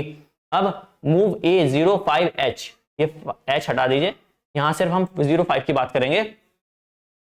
तो इसका मतलब क्या होगा कि A रजिस्टर के अंदर क्या करो, 05 को मूव कर दो या कॉपी कर दो। फिर ऐड A का मीन्स होगा कि 02 को 05 के साथ ऐड कर दो। तो इस टाइप से हमारी ये असेंबली लैंग्वेज वर्क करती है। कैरेक्टरिस्टिक देख लेते हैं, easy to understand, no difficult for humans, क्योंकि 0 1 0 1 करते रहेंगे तो कहां तक ही हम समझ पाएंगे और कहां तक ही हम लोग याद रखेंगे। क्लोजर टू हार्डवेयर, बिल्कुल ठीक बात है। Yes, direct access to memory and CPU, क्योंकि ये कंप्यूटर की लैंग्वेज है। स्पीड कैसी होगी, वेरी फास्ट होगी, very fast and efficient. Portability नहीं होगी, not portable, hardware dependent. Hardware dependent का मतलब कि अगर हार्डवेयर चेंज हुआ किसी और सिस्टम में तो ये रन नहीं होगा। यूज फॉर किस लिए यूज करते हैं, ऑपरेटिंग सिस्टम के लिए, ड्राइवर्स के लिए, embedded system, real time apps के लिए। के बाद आया हमारा high level language. High level language कैसी होगी, जैसे पाइथन हो गई हमारी।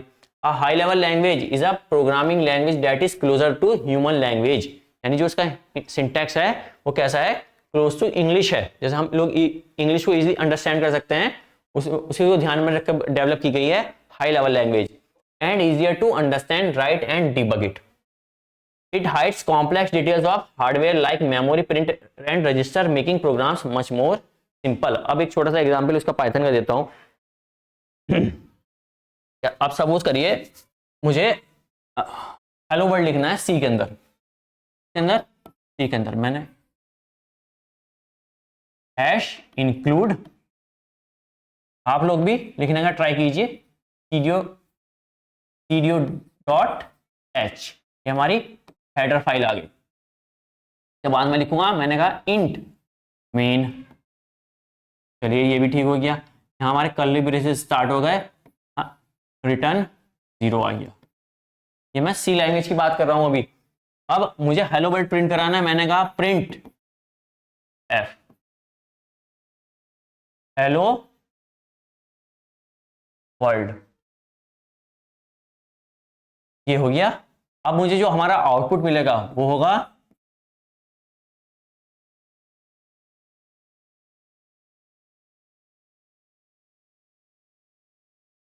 Hello world. ठीक है. अब सेम चीज मुझे कहां करनी है, मुझे पाइथन में करनी है. इसमें अब ये चीज मैं करूंगा, ये था हमारे सी लैंग्वेज. अब हम बात करेंगे पाइथन की. मैंने कहा पाइथन में मुझे सेम चीज करनी है, मुझे हेलो वर्ल्ड ही प्रिंट कराना है. मैंने कहा प्रिंट हेलो वर्ल्ड, बस काम खत्म. मुझे आउटपुट मिलेगा hello world.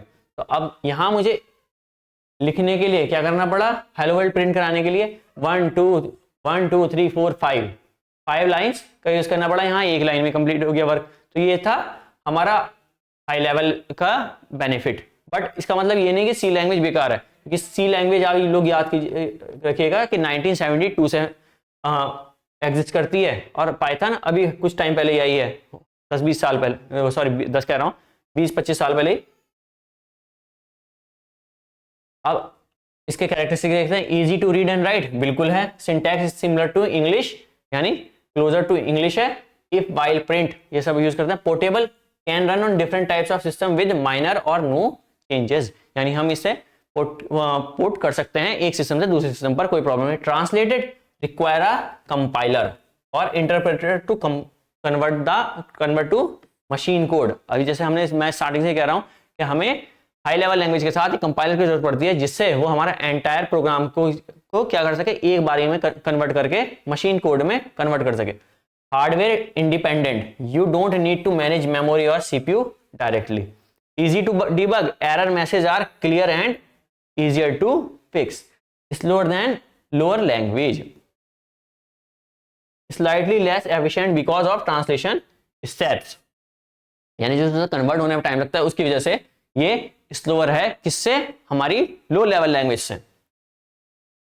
Middle level language, अब मिडिल का क्या है कि लो लेवल और हाई लेवल के बीच की लैंग्वेज है, जैसे हमारी C. Middle level language is blend of high level and low level language.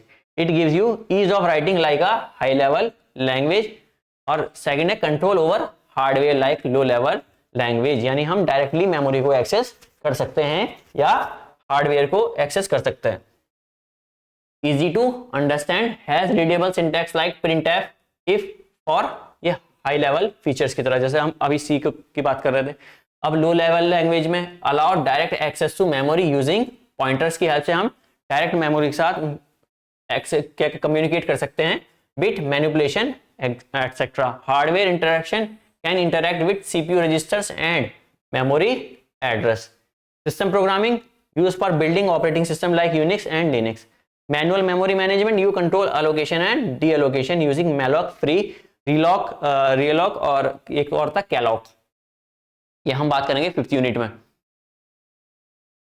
Assembler, assembler क्या है, an assembler is a special program that convert assembly language. और असेंबली लैंग्वेज हमारी कौन सी थी, याद कीजिए, मूव A05 एड A02, ये थी हमारी assembly language.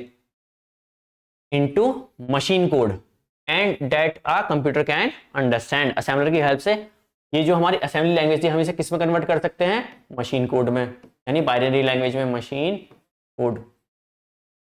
Assembly language use for short code like move, add, sub which are easier for human than your binary, but the computer only understand machine code, so we need to an assembler to translate it। Convert करेगा किसकी help से, assembler की help से। ये तो example same है, बस इसमें वैल्यूज चेंज कर दिए, कोई प्रॉब्लम नहीं है। एडवांटेज क्या है, translate fast and efficient low level language code into machine, helps in hardware level programming. And third हमारा assembly programs are often very fast and small in size, यानी fast भी होते हैं और साइज भी इनका कम होता है। Disadvantage, difficult to write and understand for beginners, beginners के लिए हार्ड है इन्हें रीड करना और राइट करना। Assembly language hardware specific, not portable, यानी हम इसे पोर्ट नहीं करा सकते एक सिस्टम से दूसरे सिस्टम पर। More time consuming than high level language programming, यानी ज्यादा टाइम कंज्यूम करेगी। कंपाइलर, अब कंपाइलर क्या है, A compiler is a special program that translate the entire source code।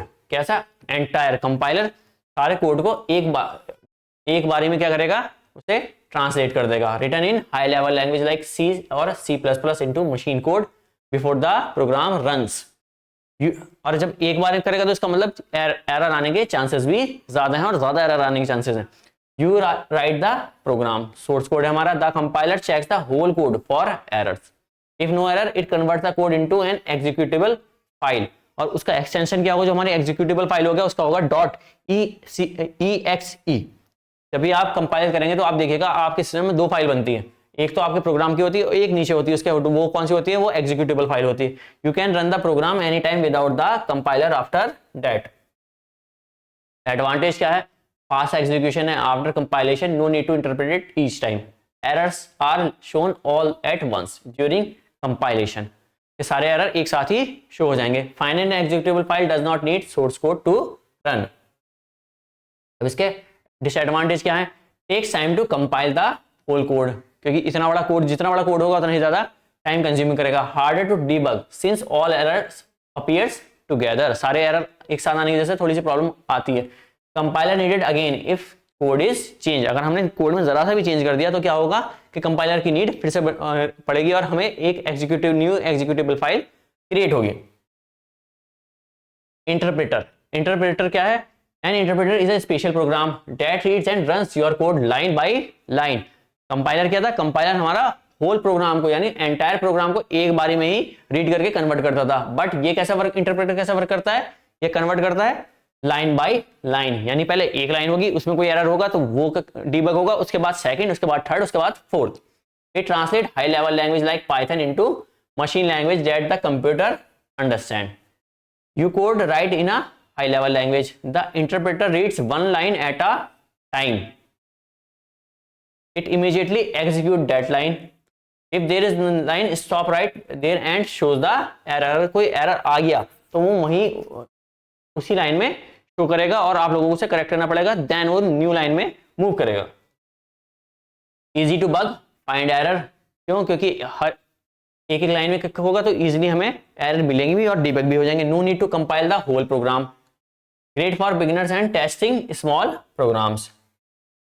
Slower than compiled programs, need the interpreter install on the system, code must be interpreted every time it runs. अब इसका difference है, difference वैसे आप लोग देख लीजिएगा, वही चीजें जो मैंने अभी बताई थी, टाइम वेस्ट नहीं करते। Algorithm, N algorithm is a find sequence of well defined unambitious instructions or rule designed to solve a specific problem or accomplish particular task। Algorithm क्या है, simple step by step follow करके हम एक programme लिखते हैं जिससे हम अपनी प्रॉब्लम को सॉल्व कर सके, तो वही हमारा एल्गोरिथम है। It serve as a step by step procedure that makes a given input performs a series of operation on it and ultimately produce a desired output। हमें स्टेप बाय स्टेप के कितने, जैसे सपोज करें मुझे number दो number add कराने हैं तो कैसा होगा कि पहले मैं स्टार्ट करूंगा, फिर मुझे इनपुट चाहिए होगा, थर्ड मैं उन दोनों इनपुट को, अगर मुझे यूजर से इनपुट लेना है तो मैं यूजर का यूज करूंगा कि इनपुट बाय यूजर, फोर्थ उन्हें सम कराऊंगा, sum equal to a plus B, फिर उस सम को प्रिंट कराऊंगा, और लास्ट में हमारा प्रोग्राम एंड हो जाएगा। इसका मतलब हमारे 6 स्टेप्स में कंप्लीट हो गया वर्क। ये हमारा एल्गोरिदम है। एडवांटेज क्या है? Clarity, each step is clearly defined making it easy to understand. Problem solving, help break down complex problem into smaller steps.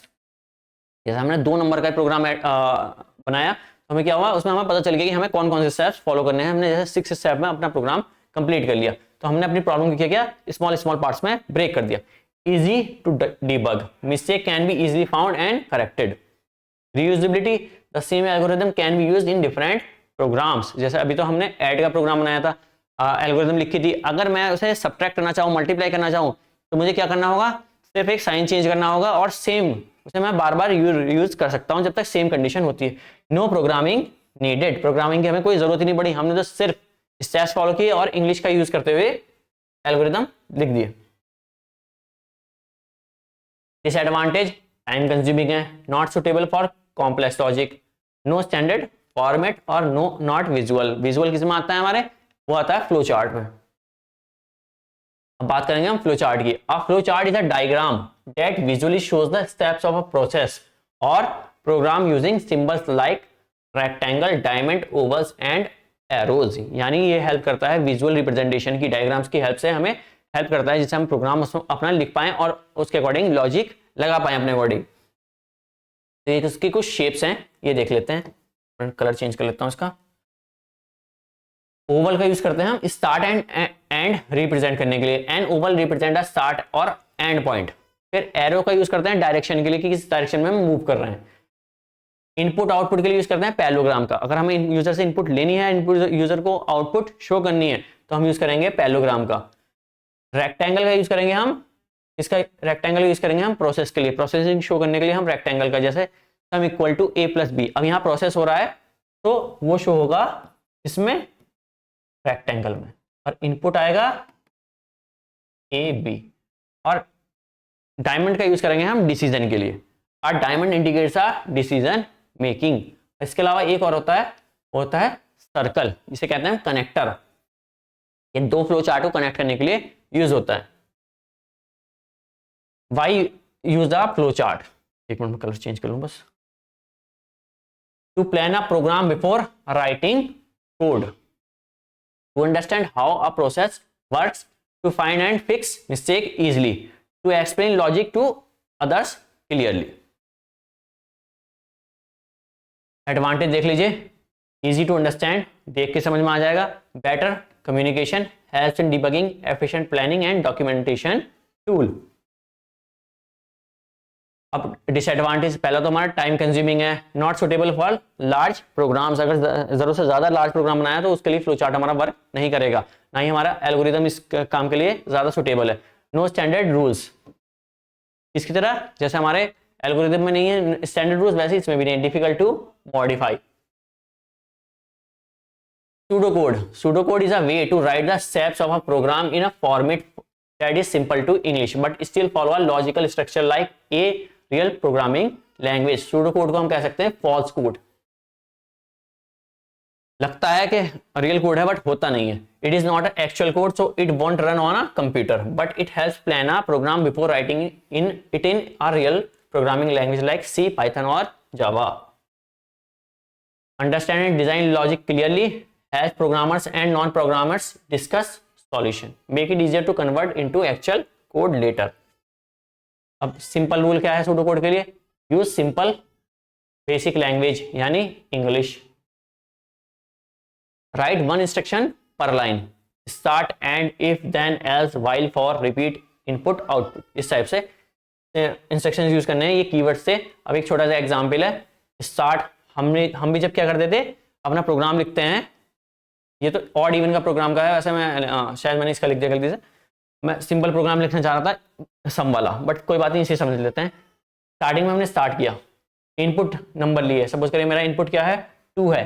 If number, mode का साइन आपको बताया था, आपको कंडीशन बताई थी मैंने कि ये है, इफ 2 इक्वल टू 0, प्रिंट क्या करना था हमें, इवन, अदरवाइज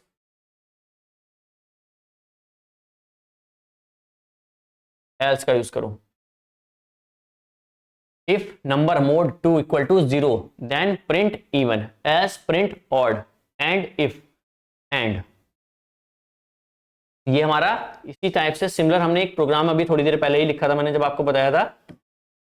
तो क्या है, ऑलमोस्ट ये सिमिलर है।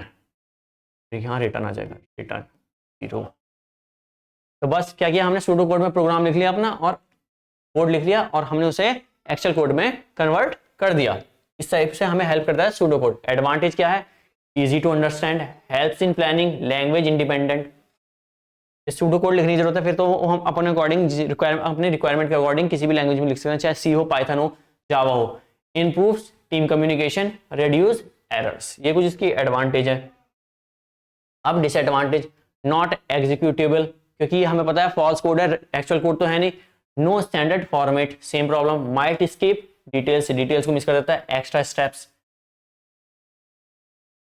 अब आया हमारा सोर्स कोड। सोर्स कोड जो हमारा एक्चुअल कोड है, source code is the original set of instruction written by programmers using a C programming language, programming language such as C, C plus plus, Python और Java. It tells the computer what to do, ये बताएगी computer को, source code बताएगा हमारे computer को कि उसे क्या करना है। This code is written in human readable form but computers don't understand it directly.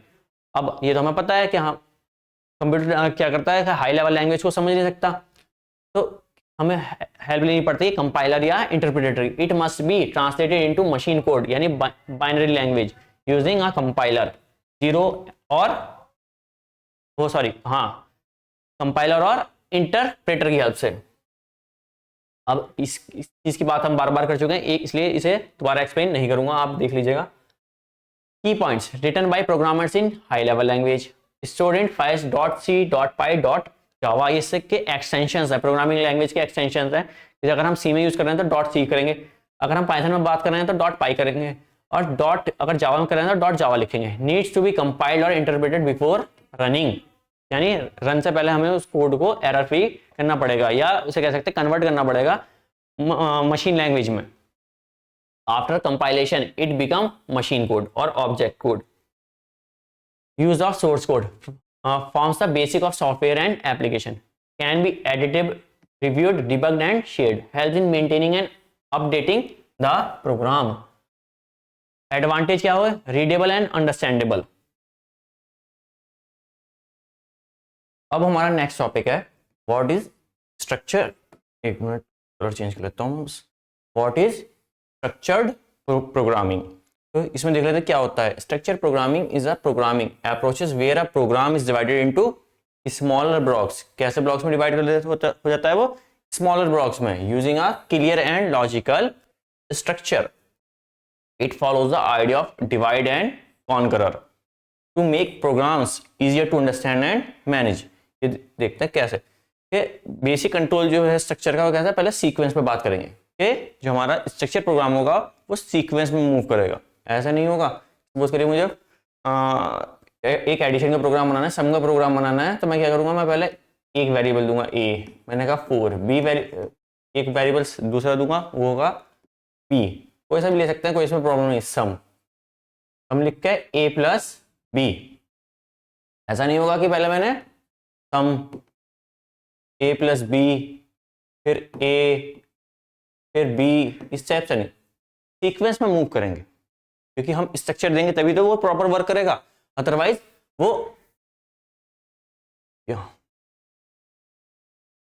क्या होगा कि वो हमें गलत आंसर दे सकता है, गार्बेज वैल्यू प्रोवाइड कर सकता है, या प्रॉपर वर्क ना करे, हो सकता है एक केस में कर जाए दूसरे केस में ना करे।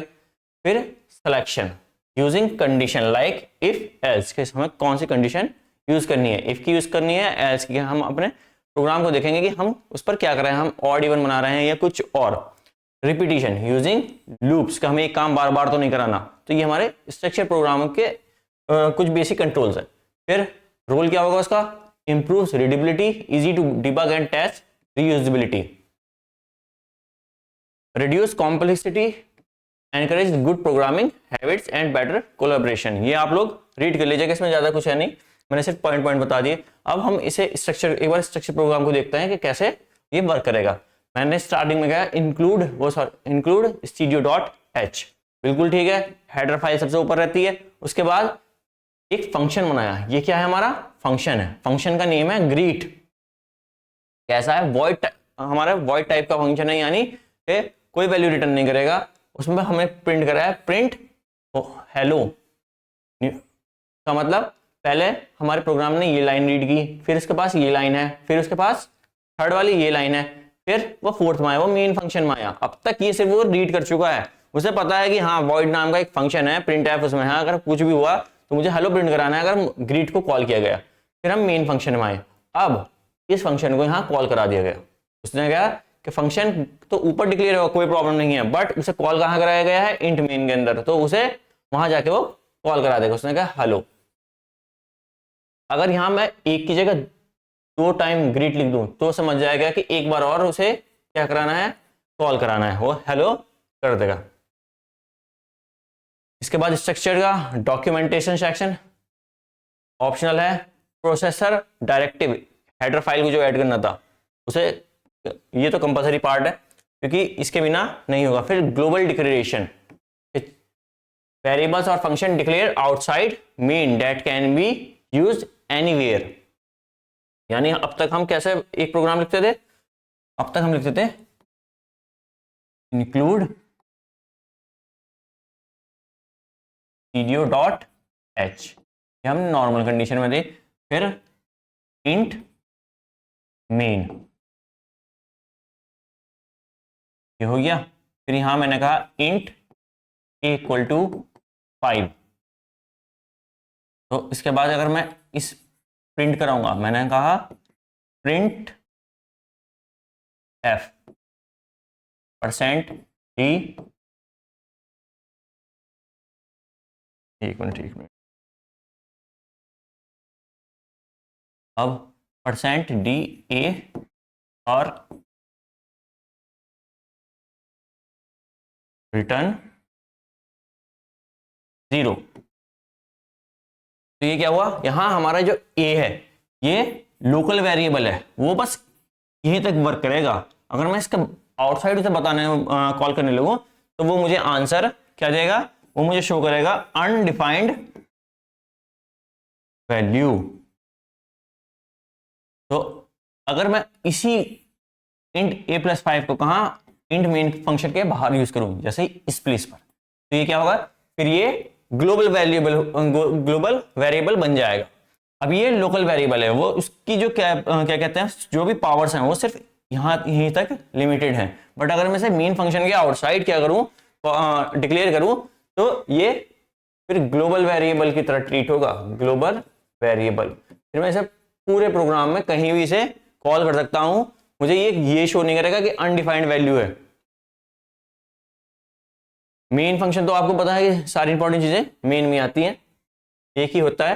वेरिएबल डिक्लेरेशन हम देख रखा है, एग्जीक्यूटेबल स्टेटमेंट हेलो वर्ड जो हम प्रिंट एफ में डिस्प्ले कराते हैं वो है। यूजर डिफाइंड फंक्शन ये हमारा ऑप्शनल है, जैसे हमने फंक्शन बनाया था, हम फंक्शंस की बात अगली आगे की यूनिट में करेंगे, 3rd यूनिट में करेंगे।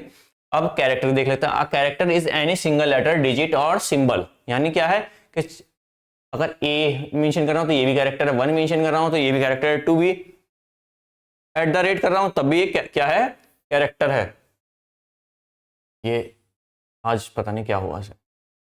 चलिए, तो कैरेक्टर कौन सा है, लेटर्स हो सकते हैं A to Z, capital A भी हो सकता है, स्मॉल ए भी हो सकता है, यानी कैपिटल A to ABCD भी और स्मॉल ABCD भी। Numbers 0 to 9, punctuations, exclamation mark, question mark, dot etcetera, symbols, ये सब क्या है, ये कैरेक्टर्स है। फिर कैरेक्टर सेट की बात करेंगे। अब कैरेक्टर सेट हो गया, यानी एक से ज्यादा कैरेक्टर की बात करेंगे हम यहाँ। Character set is a basic any language and is used to represent information like natural language, computer language will also have well defined character set which is used to build the programs. यानी यहाँ हम words की बात कर रहे हैं, किसकी बात कर रहे हैं हम यहाँ, वर्ड्स की बात कर रहे हैं। जैसे हेलो, ये क्या हुआ, हमारा कैरेक्टर सेट हो गया। हेलो वर्ल्ड, ये भी हमारा कैरेक्टर सेट हो गया। तो इसका example letters, digits, special characters, wide space characters and escape characters, ये सब क्या है, हमारे कैरेक्टर सेट है। अब एग्जाम्पल देख लेते हैं, सेम है। Upper case A to Z, capital A to Z, फिर lower A to Z, digits 0 to 9। Special character कौन से, plus, minus, multiply, equal to, greater than, smaller than, semicolon, colon, comma, curly braces, brackets, ये सब क्या है, ये हमारे special characters हैं। वाइट स्पेसेस ये आप लोग पढ़ लीजिएगा, इसमें सिर्फ क्या है स्लैश एन, न्यू लाइन के लिए यूज करते हैं, स्लैश टी किसके लिए, टैब के लिए यूज करते हैं, डबल स्लैश स्लैश के लिए यूज करते हैं, slash double quotes double quote को प्रिंट करने के लिए करते हैं। टोकन्स, टोकन्स पे बात करेंगे हम। टोकन्स क्या है कि जैसे सपोज करिए मैंने लिखा हेलो वर्ल्ड, ये क्या है, ये एक पूरा सेंटेंस इसे कंसिडर कर सकते हैं, क्योंकि हमारा काम इतना में हो गया, ये एक सेंटेंस से कंसिडर कर लेते हैं। अब मैंने इसे ब्रेक कर दिया, मैंने हेलो और वर्ल्ड, अब ये दो वर्ड है, तो इसे क्या कहेंगे हम, टोकन्स। ये क्या है, ये भी टोकन है और ये भी हमारा टोकन है। सेंटेंस को जब हम स्मॉल पार्ट्स में यानी वर्ड्स में ब्रेक कर देते हैं तो उसे हम टोकन्स कहते हैं। In C programming a token is the smallest individual unit of a program that the compiler can recognise and process. जैसे हमने एक सेंटेंस को ब्रेक कर दिया, उसी टाइप से हमारा प्रोग्राम भी ब्रेक होगा, और वो सिंगल इंडिविजुअल्स में, यानी जैसे हमने सिंगल वर्ड्स में ऐसे ब्रेक किया है उसी टाइप से सिंगल इंडिविजुअल्स में ब्रेक करेगा और उसे टोकन्स कहेगा। When you write code, the compiler breaks it down into tokens for understanding and execution. Think of it like a word in a sentence. Token are the words and program is the sentence. बिल्कुल same है सारी कहानी का जो मैंने starting में आप लोगों को बता दिया था। के बाद types of token, keywords, pre defined word है विद स्पेशल मीनिंग इन सी, पहले से ही डिफाइंड होते हैं। जैसे कौन कौन से हो गए हमारे, इफ, एल्स, वॉइड, रिटर्न, ये सब क्या है, कीवर्ड है। आप इन्हें एज अ वेरिएबल यूज नहीं कर सकते, वेरिएबल नेम यूज नहीं कर सकते हैं, वो एरर शो करेगा प्रोग्राम हमारा। Can not be use as variable name, ये तो हमें पता है। Example int, float, return, if, else. Identifiers देख लेते हैं अब। नेम्स गिवन टू वेरिएबल्स, जैसे हम लिखते हैं ना, मैंने कहा इंट ए, तो ए क्या है यहाँ, ए आइडेंटिफायर है, हम आइडेंटिफाई करने के लिए यूज कर रहे हैं। फंक्शंस, जैसे हमने ग्रीट लिखा था, क्या वॉइड ग्रीट, ये क्या हुआ, ये हमारा फंक्शन का नेम हो गया, ये भी आइडेंटिफायर है। और एरे मैंने लिखा ARR, ये हमारा एरे, या और कोई भी नेम हम ले सकते हैं। Must follow rules, start with letter और अंडरस्कोर, नो स्पेसेस, यानी हम वर्ड से स्टार्ट करना रहता है, करा है हमने, या अंडरस्कोर से, और स्पेस नहीं होना चाहिए। Example sum, total underscore marks and main. Constant, constant क्या होते हैं, कांस्टेंट उन्हें कहते हैं जिनकी फिक्स वैल्यू होती है, उनकी वैल्यू को चेंज नहीं कर सकते। जैसे 1, 1, 2, 3, इनकी वैल्यू चेंज नहीं कर सकते, चाहे 1.2 हो गया, इस टाइप से। Fix values that do not change during program execution. Example hello 100, 3.14 A hello. Operators की बात कर लेंगे, यूज टू परफॉर्म ऑपरेशन। अब वो कौन से ऑपरेशन हो सकते हैं, मैथमेटिकल, रिलेशनल, लॉजिकल, ये सारे ऑपरेशंस परफॉर्म हो सकते हैं। Example plus, minus, multiply, slash, modulus, double equal to, and operator. Punctuator, symbols that help structure the program, कौन कौन से होंगे, curly braces, semicolon, comma, curly parenthesis और square bracket. Strings, sequence of characters enclose in double quotes. याद कीजिए, बताया था कि क्या, एक मिनट, ये बता देते हैं। कैरेक्टर क्या होता है, जो जैसे ए है हमारे पास, ये सिंगल कोट्स में एनक्लोज होगा, बट स्ट्रिंग क्या होगी, स्ट्रिंग हमारे पास डबल, अगर हमने डबल कोट्स में लिखा है तो वो हमारी स्ट्रिंग है, और कैरेक्टर क्या है, सिंगल कोट्स में। इसका मतलब ये नहीं कि हम पूरा का पूरा वर्ड कैरेक्टर में मेंशन करते, वो आएगा इसमें स्ट्रिंग में ही, बट छोटा सा माइनर डिफरेंस ये है कि अगर आप एक ए भी लिख रहे हैं, एक अल्फाबेट भी लिख रहे हैं और उस पर डबल कोट्स लगा दिए, तो वो एज अ स्ट्रिंग ट्रीट होगा। एग्जाम्पल देख चुके हैं पहले, एक बार और बता देता हूँ। Hash include stdio.h header file है, डायरेक्टिव है हमारा, हमें पता है। इंट मेन, मेन फंक्शन है। कीवर्ड कौन कौन से हैं, इंट एंड मेन हमारे कीवर्ड्स हैं। इंट एज, ये तो कीवर्ड हो गया, ये हमारा आइडेंटिफायर हो गया, और ये हमारा कांस्टेंट हो गया। Print f, age %d, age tokens, print f age %d age. Return tokens कौन कौन से हैं, रिटर्न एंड जीरो। कीवर्ड्स कैसे हैं, प्री डिफाइंड है, रिजर्व वर्ड है in C that have special meaning to the compiler, they are part of the C language syntax and can not be used as identifiers. Identifiers क्या है, variable names हैं, और अभी हमने पीछे भी बात की थी कि कौन कौन से हैं, आगे भी देखते हैं। फिक्स कैरेक्टरिस्टिक देख लेते हैं, फिक्स मीनिंग, केस सेंसिटिव, मैंने आपको पहले बताया था कि सी कैसी हमारी केस सेंसिटिव लैंग्वेज है, उसमें कैपिटल ए और small A both are different, can not be modified, you can not define their meaning, यानी उन्हें मॉडिफाई नहीं कर सकते, जो उनका मीनिंग है वो फिक्स है, can not be use as identifiers. अब कैटेगरी डाटा टाइप्स कौन कौन से हैं, int, float, double, char, void. Int, float, double, char, हाँ इसके बाद एक लॉन्ग भी आता है। Control statement, if else, nested if else, switch case, default, break, ये सब क्या है हमारे, ये कंट्रोल स्टेटमेंट्स हैं। Loop, for, while, do while, ये रहे तीनों। Storage case, auto, static, register, action. Others, return, size of, type def, struct, union, enum, go to. इसे आप लोग रीड कर लीजिएगा, बिल्कुल सेम कोई नहीं। ये लिस्ट है कीवर्ड्स की जो रिजर्व्ड हैं किसमें, हमारे सी में, बट आप इसमें देख रहे होंगे हैं कि इसमें प्रिंट एफ और स्कैन एफ नहीं है यहाँ का, मतलब क्या वे भी हमारे कीवर्ड नहीं है, वे भी कीवर्ड हैं, बट कब, जब हम वो डायरेक्टिव यानी हेडर फाइल यूज करें, और वो किस फाइल के साथ मिलते हैं हमें, वो मिलते हैं हमें td.h के साथ। Identifiers are names given to elements of a C such as variables, हमने भी देखा था variables int a, फिर function void greet, array arr, structure struct, और यहां हम उसका नेम मेंशन कर देंगे। They are user defined names and must follow certain rules। कैसे हैं, यूजर डिफाइंड, यूजर अपने अकॉर्डिंग इन्हें सेट कर सकता है, कोई प्रॉब्लम नहीं है इसमें।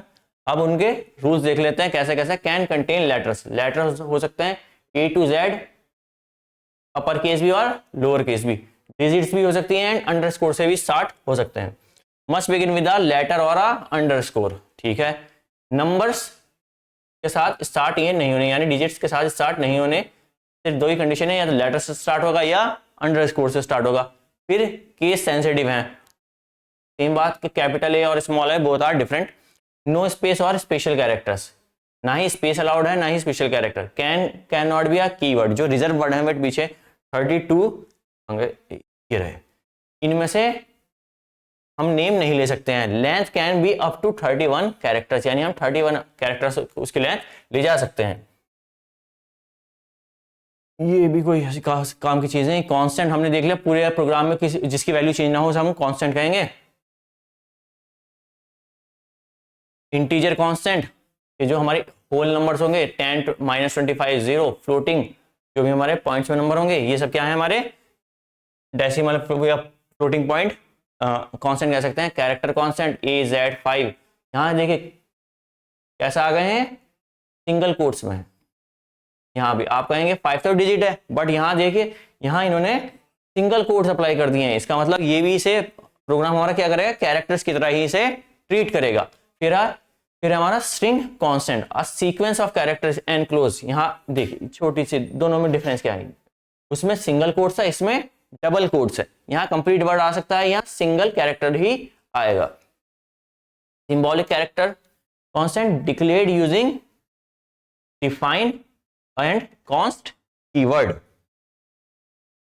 अब एडवांटेज क्या होगी कांस्टेंट की, make the program easier to read and maintain, ये दोनों काम करेगा। इजियर भी कर देगा रीड करने में, क्योंकि हम अपने अकॉर्डिंग क्या करेंगे, नेम आइडेंटिफायर्स के नेम डिफाइन करेंगे, तो हमें बार बार ढूंढने की जरूरत नहीं पड़ेगी कि कौन सी वैल्यू हमने कहाँ रखी थी, हम अपने उससे आइडेंटिफायर से पता कर लेंगे। कि सपोज करिए मैंने स्टूडेंट का एक लिस्ट बनाई, मैंने क्या किया, एक स्टूडेंट्स के नेम से लिस्ट बनाई है, तो मैं उसमें क्या करूंगा, सबसे पहले उसमें रोल नंबर लिखूंगा, है ना, रोल नंबर है, फिर स्टूडेंट, उसके मदर नेम, उसका फादर है, उसके फादर नेम, फिर उसके क्लास सेक्शन जो भी मुझे लिखना होगा। तो इससे क्या होगा कि मुझे पता होगा कि कौन से, या ऊपर मैंने क्लास मेंशन कर दी, क्लास एंड सेक्शन। अब मुझे ये पता रहेगा कि ये जो नंबर 1 पे स्टूडेंट है ए, ये कौन सी क्लास का है, नंबर 2 पे कौन सी सेम क्लास है या नहीं। अगर रोल नंबर सेम हो गया तो मुझे क्लास से पता चल जाएगा कि वो स्टूडेंट कौन है और कहाँ मुझे मिलेगा। इसी टाइप से हम अपने आइडेंटिफायर्स का यूज करते हैं।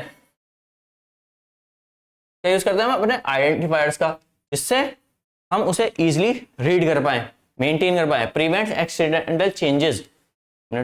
Accidental changes to important value, improve program readability. Variables क्या है, वेरिएबल्स क्या आप ऐसे समझिए कि हमारे पास एक बॉक्स है, उस बॉक्स का एक नेम है, या किचन वाला एग्जाम्पल देना पसंद करूंगा कि ये बॉक्स है sugar.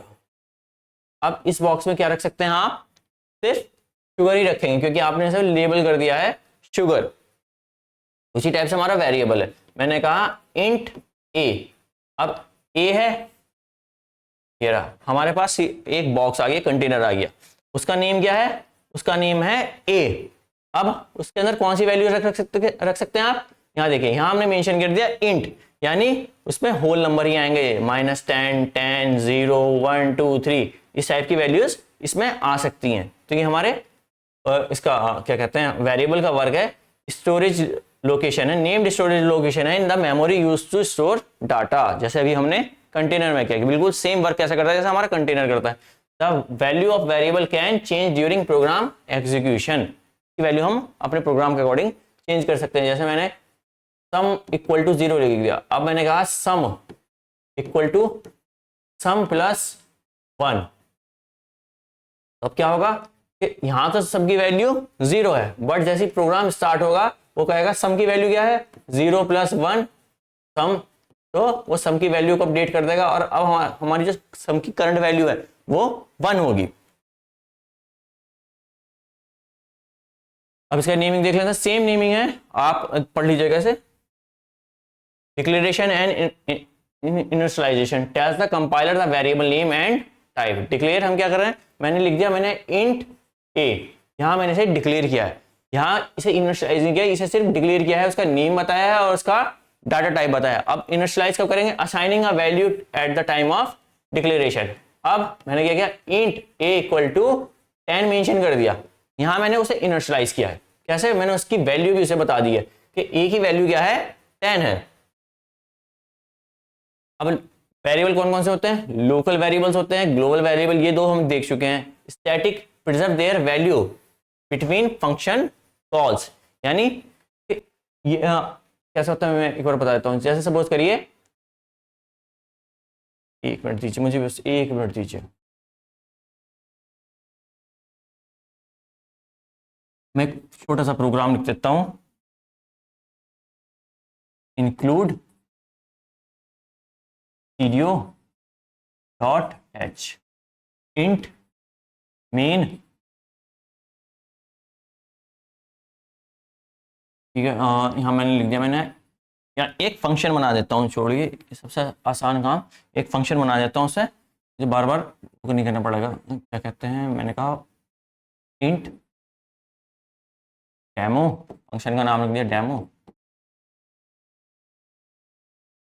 Int A equal to 5, फिर मैंने कहा minus minus A plus plus A print f %d, और ए हमारा इसका काम कंप्लीट हो गया। अब हमारे इंट मेन में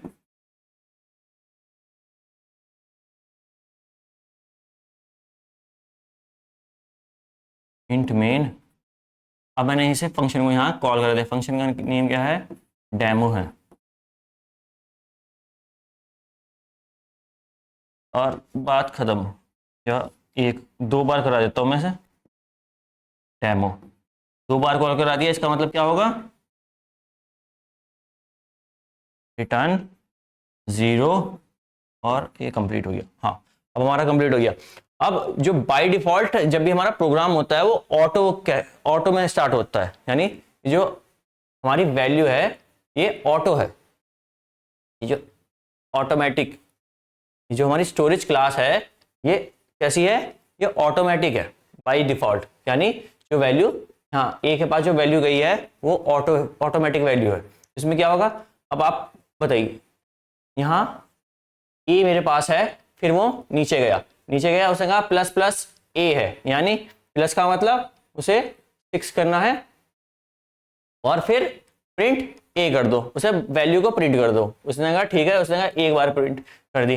अब क्या हुआ, अब वो दूसरी बार आया, उसने कहा दूसरी सेकंड टाइम भी यही हमें सेम प्रोग्राम रन करना है। तो हमें पहली बारी में तो क्या मिला, 6 मिला। अब आप लोगों के अकॉर्डिंग क्या मिलना चाहिए, 7? नहीं, 7 नहीं मिलेगा, क्योंकि जब हम ऑटो का यूज करते हैं तो उसका स्कोप सिर्फ एक, जब तक वो कंप्लीट रन नहीं हो जाता तब तक ही होता है। इसका मतलब कि जैसी एक बार ये यहां तक चला, वापस वैल्यू क्या हुई कि रीसेट हो गई, 5 हो गई।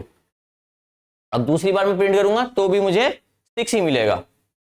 ये हमारा ऑटोमेटिक का केस है कि वो वैल्यू जैसे हमारा पूरा प्रोग्राम रन हो जाएगा वो वैल्यू को रीसेट कर देगा, वो पुरानी वैल्यू को इरेज कर देगा। उसी टाइप से फिर हम आए स्टैटिक में। अब बात करेंगे हम स्टैटिक वेरिएबल की। एक मिनट, आइए। अब मुझे सिर्फ एक छोटी सी चीज लिखनी है, यहां मैंने लिखा static int A equal to 5। तो अब क्या हुआ कि फिर से देखते हैं, अब वैल्यू क्या हुई, 6 हो गई, पहली बार प्रॉपर्ली रन कर गया। अब जो यहाँ पर 6 है ये वापस रीसेट नहीं होगी, ये पुरानी वैल्यू को ही रखेगा। ये हमारा स्टैटिक का वर्क है और अब हमें 7 मिलेगा यहाँ। तो ये हमारे ऑटो और स्टैटिक में डिफरेंस है कि जैसे हमारा प्रोग्राम कंप्लीटली रन हो जाएगा तो ऑटो तो हमारी वैल्यू को रीसेट कर देगा, बट स्टैटिक रीसेट नहीं करेगा। एक्सटेंड वेरिएबल क्या है, declared using extend keyword used to access a global variable from another file. अब सपोज करिए मैं कोई प्रोग्राम बना रहा हूं, मेरे पास 2 फाइल है, फाइल 1 एंड फाइल 2, और यहां एक वेरिएबल डिक्लेयर है ए की वैल्यू क्या है 5। अब मुझे उस वेरिएबल को कहां यूज करना है, मुझे फाइल 2 में यूज करना है। तो क्या मैं कर सकता हूं, बिल्कुल कर सकता हूं। किसकी हेल्प से करूंगा, एक्सटेंड की हेल्प से करूंगा ये काम। मुझे बार बार डिक्लेयर करने की जरूरत नहीं पड़ेगी, मैं एक्सटेंड की हेल्प से एक फाइल से दूसरी फाइल तक वो वेरिएबल कॉल कर लूंगा। ये प्रोग्राम का ग्लोबल और उसका लोकल का सेम ही, जैसे मैंने पहले बताया था। ये देखिए, मेन फंक्शन के ऊपर अगर आपने कोई भी वेरिएबल डिक्लेयर किया है तो हम उसे थ्रू आउट द प्रोग्राम कहीं भी यूज कर सकते हैं, कोई प्रॉब्लम नहीं है। अगर हमने इंट मेन के अंदर यूज किया है या किसी कंडीशन के अंदर, इफ एल्स लूप के अंदर किसी वेरिएबल को डिक्लेयर किया है तो उसकी जो स्कोप होगा वो बस उसी ब्लॉक तक लिमिटेड है। बट अगर हमने मेन के ऊपर किसी भी वेरिएबल को डिक्लेयर किया है तो वो हमारा ग्लोबल वेरिएबल कंसिडर होगा। अब instructions in C, instructions are the statement you write in your program to tell the computer what action to perform। जैसे हमने एक प्रोग्राम लिखा था छोटा सा, इसमें क्या था कि सब स्टेटमेंट्स ही तो हैं और इन्हें फिर हम इंस्ट्रक्शन कंसीडर करेंगे कि मैंने बताया प्रोग्राम को क्या करना है। प्रोग्राम ने कहा पहले हमारे पास एक हेडर फाइल हो, ठीक है, फिर हमारे पास एक फंक्शन है इसका नेम है डेमो, की वैल्यू क्या है int A equal to 5 plus plus, यानी प्री इंक्रीमेंट करो। अगर मैं प्लस प्लस लिख रहा हूं तो इसका मतलब है प्री इंक्रीमेंट, और मैंने लिखा ए प्लस प्लस तो इसका मतलब है पोस्ट इंक्रीमेंट, यानी पहले वैल्यू प्रिंट करो फिर में वैल्यू इंक्रीज कर दो। बट स्टार्टिंग में क्या है कि पहले वैल्यू इंक्रीज करो उसके बाद उसे प्रिंट करो। When you compile a program, the compiler translate these instructions into machine code। और मशीन कोड आपको याद होगा, मशीन कोड कौन सा है, बाइनरी लैंग्वेज है, यानी 0 एंड 1। ये हमारी क्या है, बाइनरी लैंग्वेज है जिसमें हमारे पास सिर्फ 2 डिजिट होती हैं, 0 और 1। Types of instruction, type declaration instructions देखिए, डिक्लेयर कैसे करते हैं, int age, float, salary and char grade. अब तक हमने सिर्फ इन्हें डिक्लेयर किया, इनिशियलाइज नहीं किया। इनिशियलाइज कब करेंगे, जब हम इनकी वैल्यू प्रोवाइड कर देंगे। मैंने कहा एज 25, फ्लोट सैलरी लिख देंगे 50,000 एंड ग्रेड ए, तो ये क्या हो गया, ये इनिशियलाइज हो गया। अभी ये सिर्फ डिक्लेरेशन के फॉर्म में है। अर्थमेटिक इंस्ट्रक्शंस, हम कोई सा भी ऑपरेशन परफॉर्म करेंगे, मैथमेटिकल ऑपरेशन परफॉर्म करेंगे, वो होगा हमारा arithmetic instructions. Plus minus multiply divide या modulus, percent, int sum a plus b, float, average, total, slash, count। Control statements कौन से होंगे? If else, if else, switch, continue, break, ये सब क्या है हमारे? जंपिंग और डिसीजन मेकिंग। लूपिंग में कौन कौन सा होगा? For, while, do while, return. Return statement तो अपने आप में सिंगल ही है। Input, output, print F and scan F का यूज करेंगे। प्रिंट इनपुट के लिए यूज करेंगे हम स्कैन एफ का, एंड प्रिंट आउटपुट के लिए यूज करेंगे हम प्रिंट एफ का। ये हमारे असाइनमेंट ऑपरेटर्स। असाइनमेंट ऑपरेटर कौन कौन से मैंने बताया था आपको? सिंगल, जो सिंगल इक्वल टू का साइन होता है, ये हम असाइन के लिए यूज करते हैं। अब मैंने लिखा ए प्लस प्लस, इसका मतलब क्या? A equal to A plus one, ये भी हमारा असाइनमेंट ऑपरेटर है। या एक मिनट दीजिए, कर दूं बस। हाँ, अब मैंने कहा x equal to y equal to X plus two, ये भी हमारा असाइनमेंट ऑपरेटर हुआ। क्यों? क्योंकि अगर x की वैल्यू मैंने कहा इंट x इक्वल टू 5, तो 5 प्लस 2, और y की वैल्यू क्या हो गई? 7। ये भी हमारी असाइनमेंट ऑपरेटर है। डाटा टाइप्स कौन कौन से होते हैं? In programming data types tell the compiler what kind of data variable can store and how much memory it will need. Data type की बात कर लेते हैं एक बार। कौन कौन से? इंट, फ्लोट, कैर, डबल, ये 4 डाटा टाइप हमारे पास है। अब इसमें कैसे होंगी? ये होल वैल्यूज होंगी, 0, 10, -10। फ्लोट 1.2, जिसमें भी डेसिमल लग जाएगा वो हमारी फ्लोट कैटेगरी को में आएगी। फिर ए, बी, सी, ये सब हमारे कैरेक्टर्स हैं। डबल को भी आप लोग रहने दीजिए, ये भी किसके लिए यूज करते हैं? फ्लोट के लिए यूज करते हैं। इसमें अप टू 15 डिजिट तक आफ्टर डेसिमल स्टोर कर सकते हैं। अब मेमोरी कितनी होती है इसके पास, ये देख लेते हैं। इसके पास 4 बाइट्स होती है। फ्लोट के पास भी 4 बाइट्स होती है। कैरेक्टर के पास 1 बाइट होती है, एंड डबल के पास 8 बाइट मेमोरी होती है। Think of it choosing the right box to store something small for ring, big box for clothes. तो जैसे मैंने कहा इंट ए, तो अब मेरे पास ए नाम का एक कंटेनर है, और मुझे पता है इसके अंदर कितना डाटा स्टोर होगा। इसके अंदर डाटा स्टोर होगा 4 बाइट्स का, क्योंकि इस बॉक्स का साइज हमने 4 बाइट तक लिमिटेड कर दिया है। अब मैं इसमें चाहूँ कि डबल यानी डबल की वैल्यू स्टोर हो जाए, वो नहीं कर सकते, क्योंकि उसकी वैल्यू कितनी है? वो कितनी मेमोरी ऑक्यूपाई करेगी? 8 बाइट्स, और हमारे पास बॉक्स कितना है? 4 बाइट्स का। इसलिए सिर्फ हम इसमें इंटीजर ही सेव कर सकते हैं। ये देखिए, इंट एज 20 होल नंबर है, कहीं भी डेसिमल नहीं है, ये हमारा इंटीजर टाइप हो गया। फिर फ्लोट, डेसिमल आ गया। डेसिमल का बताया था कि जहां भी डेसिमल आ जाए वो हमारी फ्लोट वैल्यू है। कैर ग्रेड सिंगल कोट्स में एनक्लोज है ये, तो ये हमारा कैरेक्टर हो गया। Types of data types, meaning int का होल नंबर 0, 1, 2, 3, 4, 5, 6 या माइनस में हो। फ्लोट डेसिमल नंबर्स, यानी 1.2, 2.5, -1.5, इस टाइप से सारे। डबल डेसिमल, यह कहाँ तक? अप टू 15 तक ये वैल्यू स्टोर कर सकता है, यानी 1.253, 1.257, 8, इस टाइप से 15 तक। कैर सिंगल कैरेक्टर, ए, बी, सी, डी, ये सब क्या है? हमारे सिंगल कैरेक्टर्स है। डिराइव्ड डाटा टाइप्स, यानी यूजर डिफाइंड डाटा टाइप्स हैं। Array single collection of same data type. मैंने कहा इंट ARR, यहां मैंने सेट कर दिया 5, तो अब मैं एक एरे बना सकता हूं, जैसे 1, 2, 3, 4, 5, लेकिन उसमें क्या होने चाहिए? सारे डाटा टाइप एक ही सेम डाटा टाइप के होने चाहिए, यानी इंटीजर के, सेम कैटेगरी के होने चाहिए, यानी इंटीजर के। मैं उसमें फ्लोट उसे मिक्स नहीं कर सकता, जैसे अंदर 1.25 नहीं रख सकता, या ए नहीं रख सकता, बी नहीं। जो मैंने यहाँ डाटा टाइप से बता दिया, सारी वैल्यूज सेम डाटा टाइप की होनी चाहिए। Int mark 5, 10, 20, 30, 40, 50 pointer store address of another variable. ये इंपॉर्टेंट है। कैसा है? ये इंपॉर्टेंट है, इसकी बात हम आगे अगली अपकमिंग यूनिट्स में करेंगे। एक बार बता देता हूँ कैसा होता है। जैसे मैंने कहा इंट, एक मिनट, हाँ इंट सही है, इंट ए इक्वल टू 5। अब ए क्या है? ए ये बॉक्स है, उसके अंदर वैल्यू है 5, ठीक है। अब इंट मैंने लिखा PTR इक्वल टू एंड ए।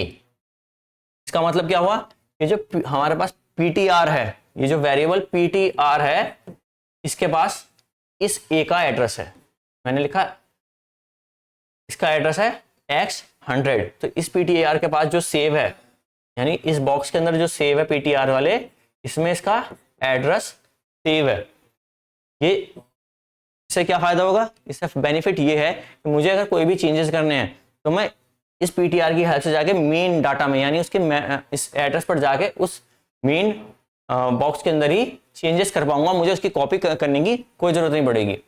इससे मेमोरी सेव होगी हमारी। Structure group of different data types. जैसे सपोज करिए कोई स्टूडेंट है हमारे पास, एक स्टूडेंट है, मुझे उसका डाटा क्रिएट करना है, तो कैसा होगा, मैंने पहले लिखा उसका रोल नंबर लिख लेते हैं, रोल नंबर, फिर नेम, के बाद mother name, father name, then phone number,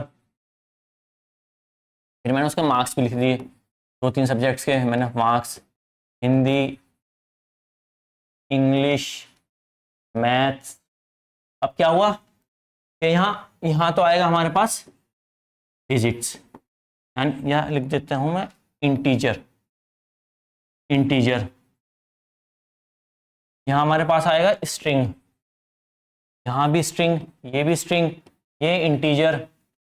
और जो मार्क्स वाले हैं इसमें हमारे पास फ्लोट वैल्यू आएगी, यानी फ्लोट की बात करेंगे हम इसमें। अब एरे अब तक क्या कर रहा था हमारा, एरे में हम क्या कर सकते थे, डाटा स्टोर कर सकते थे, बट प्रॉब्लम क्या थी, वो सेम डाटा टाइप का होना चाहिए। यानी अगर मैंने इंट लिख दिया तो सारा डाटा टाइप उसमें कैसा होना चाहिए, इंट ही होना चाहिए। फ्लोट लिख दिया तो फ्लोट का होना चाहिए, या कैरेक्टर लिख दिया तो कैरेक्टर होना चाहिए। बट यहाँ हमारे पास क्या है, यहाँ हमारे पास मिक्स है, इंटीजर, स्ट्रिंग, फ्लोट सब है हमारे पास। अब ये काम कैसे होगा, ये वर्क होगा स्ट्रक्चर की हेल्प से। अब union like structure but share memory, ये भी यूनियन क्या है, स्ट्रक्चर की ही तरह है, बट एक छोटा सा माइनर डिफरेंस ये है कि मेमोरी शेयर करता है, ये लार्जेस्ट वैल्यू मेमोरी को कंसीडर करता है और सारी वर्किंग इसी पर करता है। C user defined data types, def rename or type. किसी भी, जैसे अब हमारे पास इंटीजर है, मुझे इसका रीनेम करना है अपने अकॉर्डिंग, तो मैं लिखूंगा टाइप डेफ और फिर रियल नंबर। अब क्या होगा कि अपने प्रोग्राम में मैं रियल नंबर से यहाँ अंडरस्कोर लगा दिया, जिससे स्पेस क्योंकि अलाउड नहीं होता ना, तो इंट की प्लेस पे अब मैं चाहे रियल नंबर लिख सकता हूँ, वर्क बिल्कुल सेम करेगा, हमारा प्रोग्राम समझ जाएगा कि इंट का जो न्यू नाम है वो क्या है, real number. enum defined name integer constant. void कौन सा है, नो वैल्यू और नथिंग, ये कुछ भी रिटर्न नहीं करता। अगर हमने void जैसे ग्रीट लिख दिया, void ग्रीट, तो ये अब हमें यूजर को कुछ भी रिटर्न नहीं करेगा, सिर्फ क्या करेगा, जो भी हमने इसके अंदर लिखा है, जैसे प्रिंट किया था तो सिर्फ ये प्रिंट करेगा, कुछ भी वैल्यू रिटर्न नहीं करेगा। ये फॉर्मेट स्पेसिफायर टेल्स printf और scanf function what type of data you are working with. जैसे मैंने %d लिखा तो समझ जाएगा यहाँ इंटीजर की बात हो रही है, मैंने %s लिखा वो समझ जाएगा स्ट्रिंग की बात कर रहे हैं हम, लिखा %f वो समझ जाएगा यहाँ फ्लोट हो रहा है, %ch ये समझ जाएगा कि हम यहाँ कैरेक्टर की बात कर रहे हैं। int age 20, अब यहाँ क्या है, int है यानी %t। ये कुछ फॉर्मेट स्पेसिफायर है, आप लोग इन्हें पढ़ लीजिएगा, वैसे मैंने आपको मेन बात बता दी है। Standard input output, IO means input and output, the ways a program takes information from user. User से इनपुट लेने के लिए हम क्या यूज करते हैं, हम यूज करते हैं scanf का, और प्रिंट करने के लिए डिस्प्ले करने के लिए डाटा को printf का यूज करते हैं। शोज रिजल्ट आउटपुट, उसके लिए यूज करते हैं हम printf का। और इसे अप्लाई करने के लिए यूज करने के लिए हम करते हैं studio.h का use, takes data from user through scanf। ये देखिए यहाँ to data to the user usually on the screen, किसकी हेल्प से करते हैं, printf की हेल्प से। अब तक हमने काफी प्रोग्राम में देख चुके हैं, काफी बार ये बात रिपीट हो चुकी है, तो scanf और printf का आपको यूज अच्छी तरीके से समझ में आ गया होगा। अब ऑपरेटर्स कौन कौन से होते हैं, ऑपरेटर्स होते हैं प्लस माइनस, ये अर्थमेटिक ऑपरेटर है। फिर रिलेशनल ऑपरेटर है, रिलेशन शो करने के लिए। लॉजिकल है, कंपैरिजन है, ये सब क्या है, ऑपरेटर्स हैं। In C programming operators are symbol that instruct the compiler to perform mathematical task, relational, logical और बिटवाइज। ये देखते हैं आप आगे, ये हमारे कैसे हैं, अर्थमेटिक ऑपरेटर्स हैं, यानी मैथमेटिकल ऑपरेटर्स हैं। इनसे हम मैथमेटिकल कैलकुलेशन परफॉर्म कर सकते हैं। कैसे, plus minus, multiply, divide and modulus. ये आप देख लीजिएगा। रिलेशनल, ये रिलेशन शो करने के लिए करते हैं, तो किसके वेरिएबल्स के बीच में कुछ चेक कर रहा हूं तब। इक्वल टू का ए मैंने लिखा ए इक्वल टू 5, क्योंकि अगर हम सिंगल ए लिखेंगे, मैंने कहा ए इक्वल टू 5, इसका मतलब क्या होगा, ए की वैल्यू 5 है। यहाँ मैंने वैल्यू इनिशियलाइज कर दी, मैंने वैल्यू असाइन की है ए को 5 की। अगर मुझे इक्वल का यूज करना है तो डबल इक्वल को उसका साइन यूज करना पड़ेगा। फिर not equal to, greater than, less than, greater than और इक्वल टू, ये सब आप रीड कर लीजिएगा। लॉजिकल एंड, और लॉजिकल नॉट। असाइनमेंट ऑपरेटर कई बार बताया आपको, तो इसे भी आप रीड कर लीजिए। कोई ऐसी खास बात बताने की है नहीं, इसलिए मैं आप लोगों का भी टाइम ज़्यादा वेस्ट नहीं करना चाहता। इंक्रीमेंट अभी बताया था कि ए प्लस प्लस है, तो इसका मतलब पोस्ट इंक्रीमेंट है, पहले वैल्यू प्रिंट कर दो फिर इंक्रीज करो। या ए प्लस, वो प्लस प्लस ए है, प्री इंक्रीमेंट है, इसी टाइप से पोस्ट इन डिक्रीमेंट और प्री डिक्रीमेंट भी है हमारे पास। ये बिटवाइज ऑपरेटर है। और साइज ऑफ, ये थोड़े से देख लेते हैं, ये क्या है, साइज ऑफ। ये साइज ऑफ ऑपरेटर का यूज करते हैं हम जब हमें साइज को फाइंड करना हो। जैसे मैंने लिखा साइज ऑफ इंट, अब मुझे पता है कि इंट का साइज क्या है, इंट का साइज है 4 बाइट्स। ये हम जब हम आगे बात करेंगे प्रोग्राम्स की, तो हमारे पास क्या होगा, हमारे पास एरे में साइज ऑफ इंटीजर होगा और साइज ऑफ एरे होगा।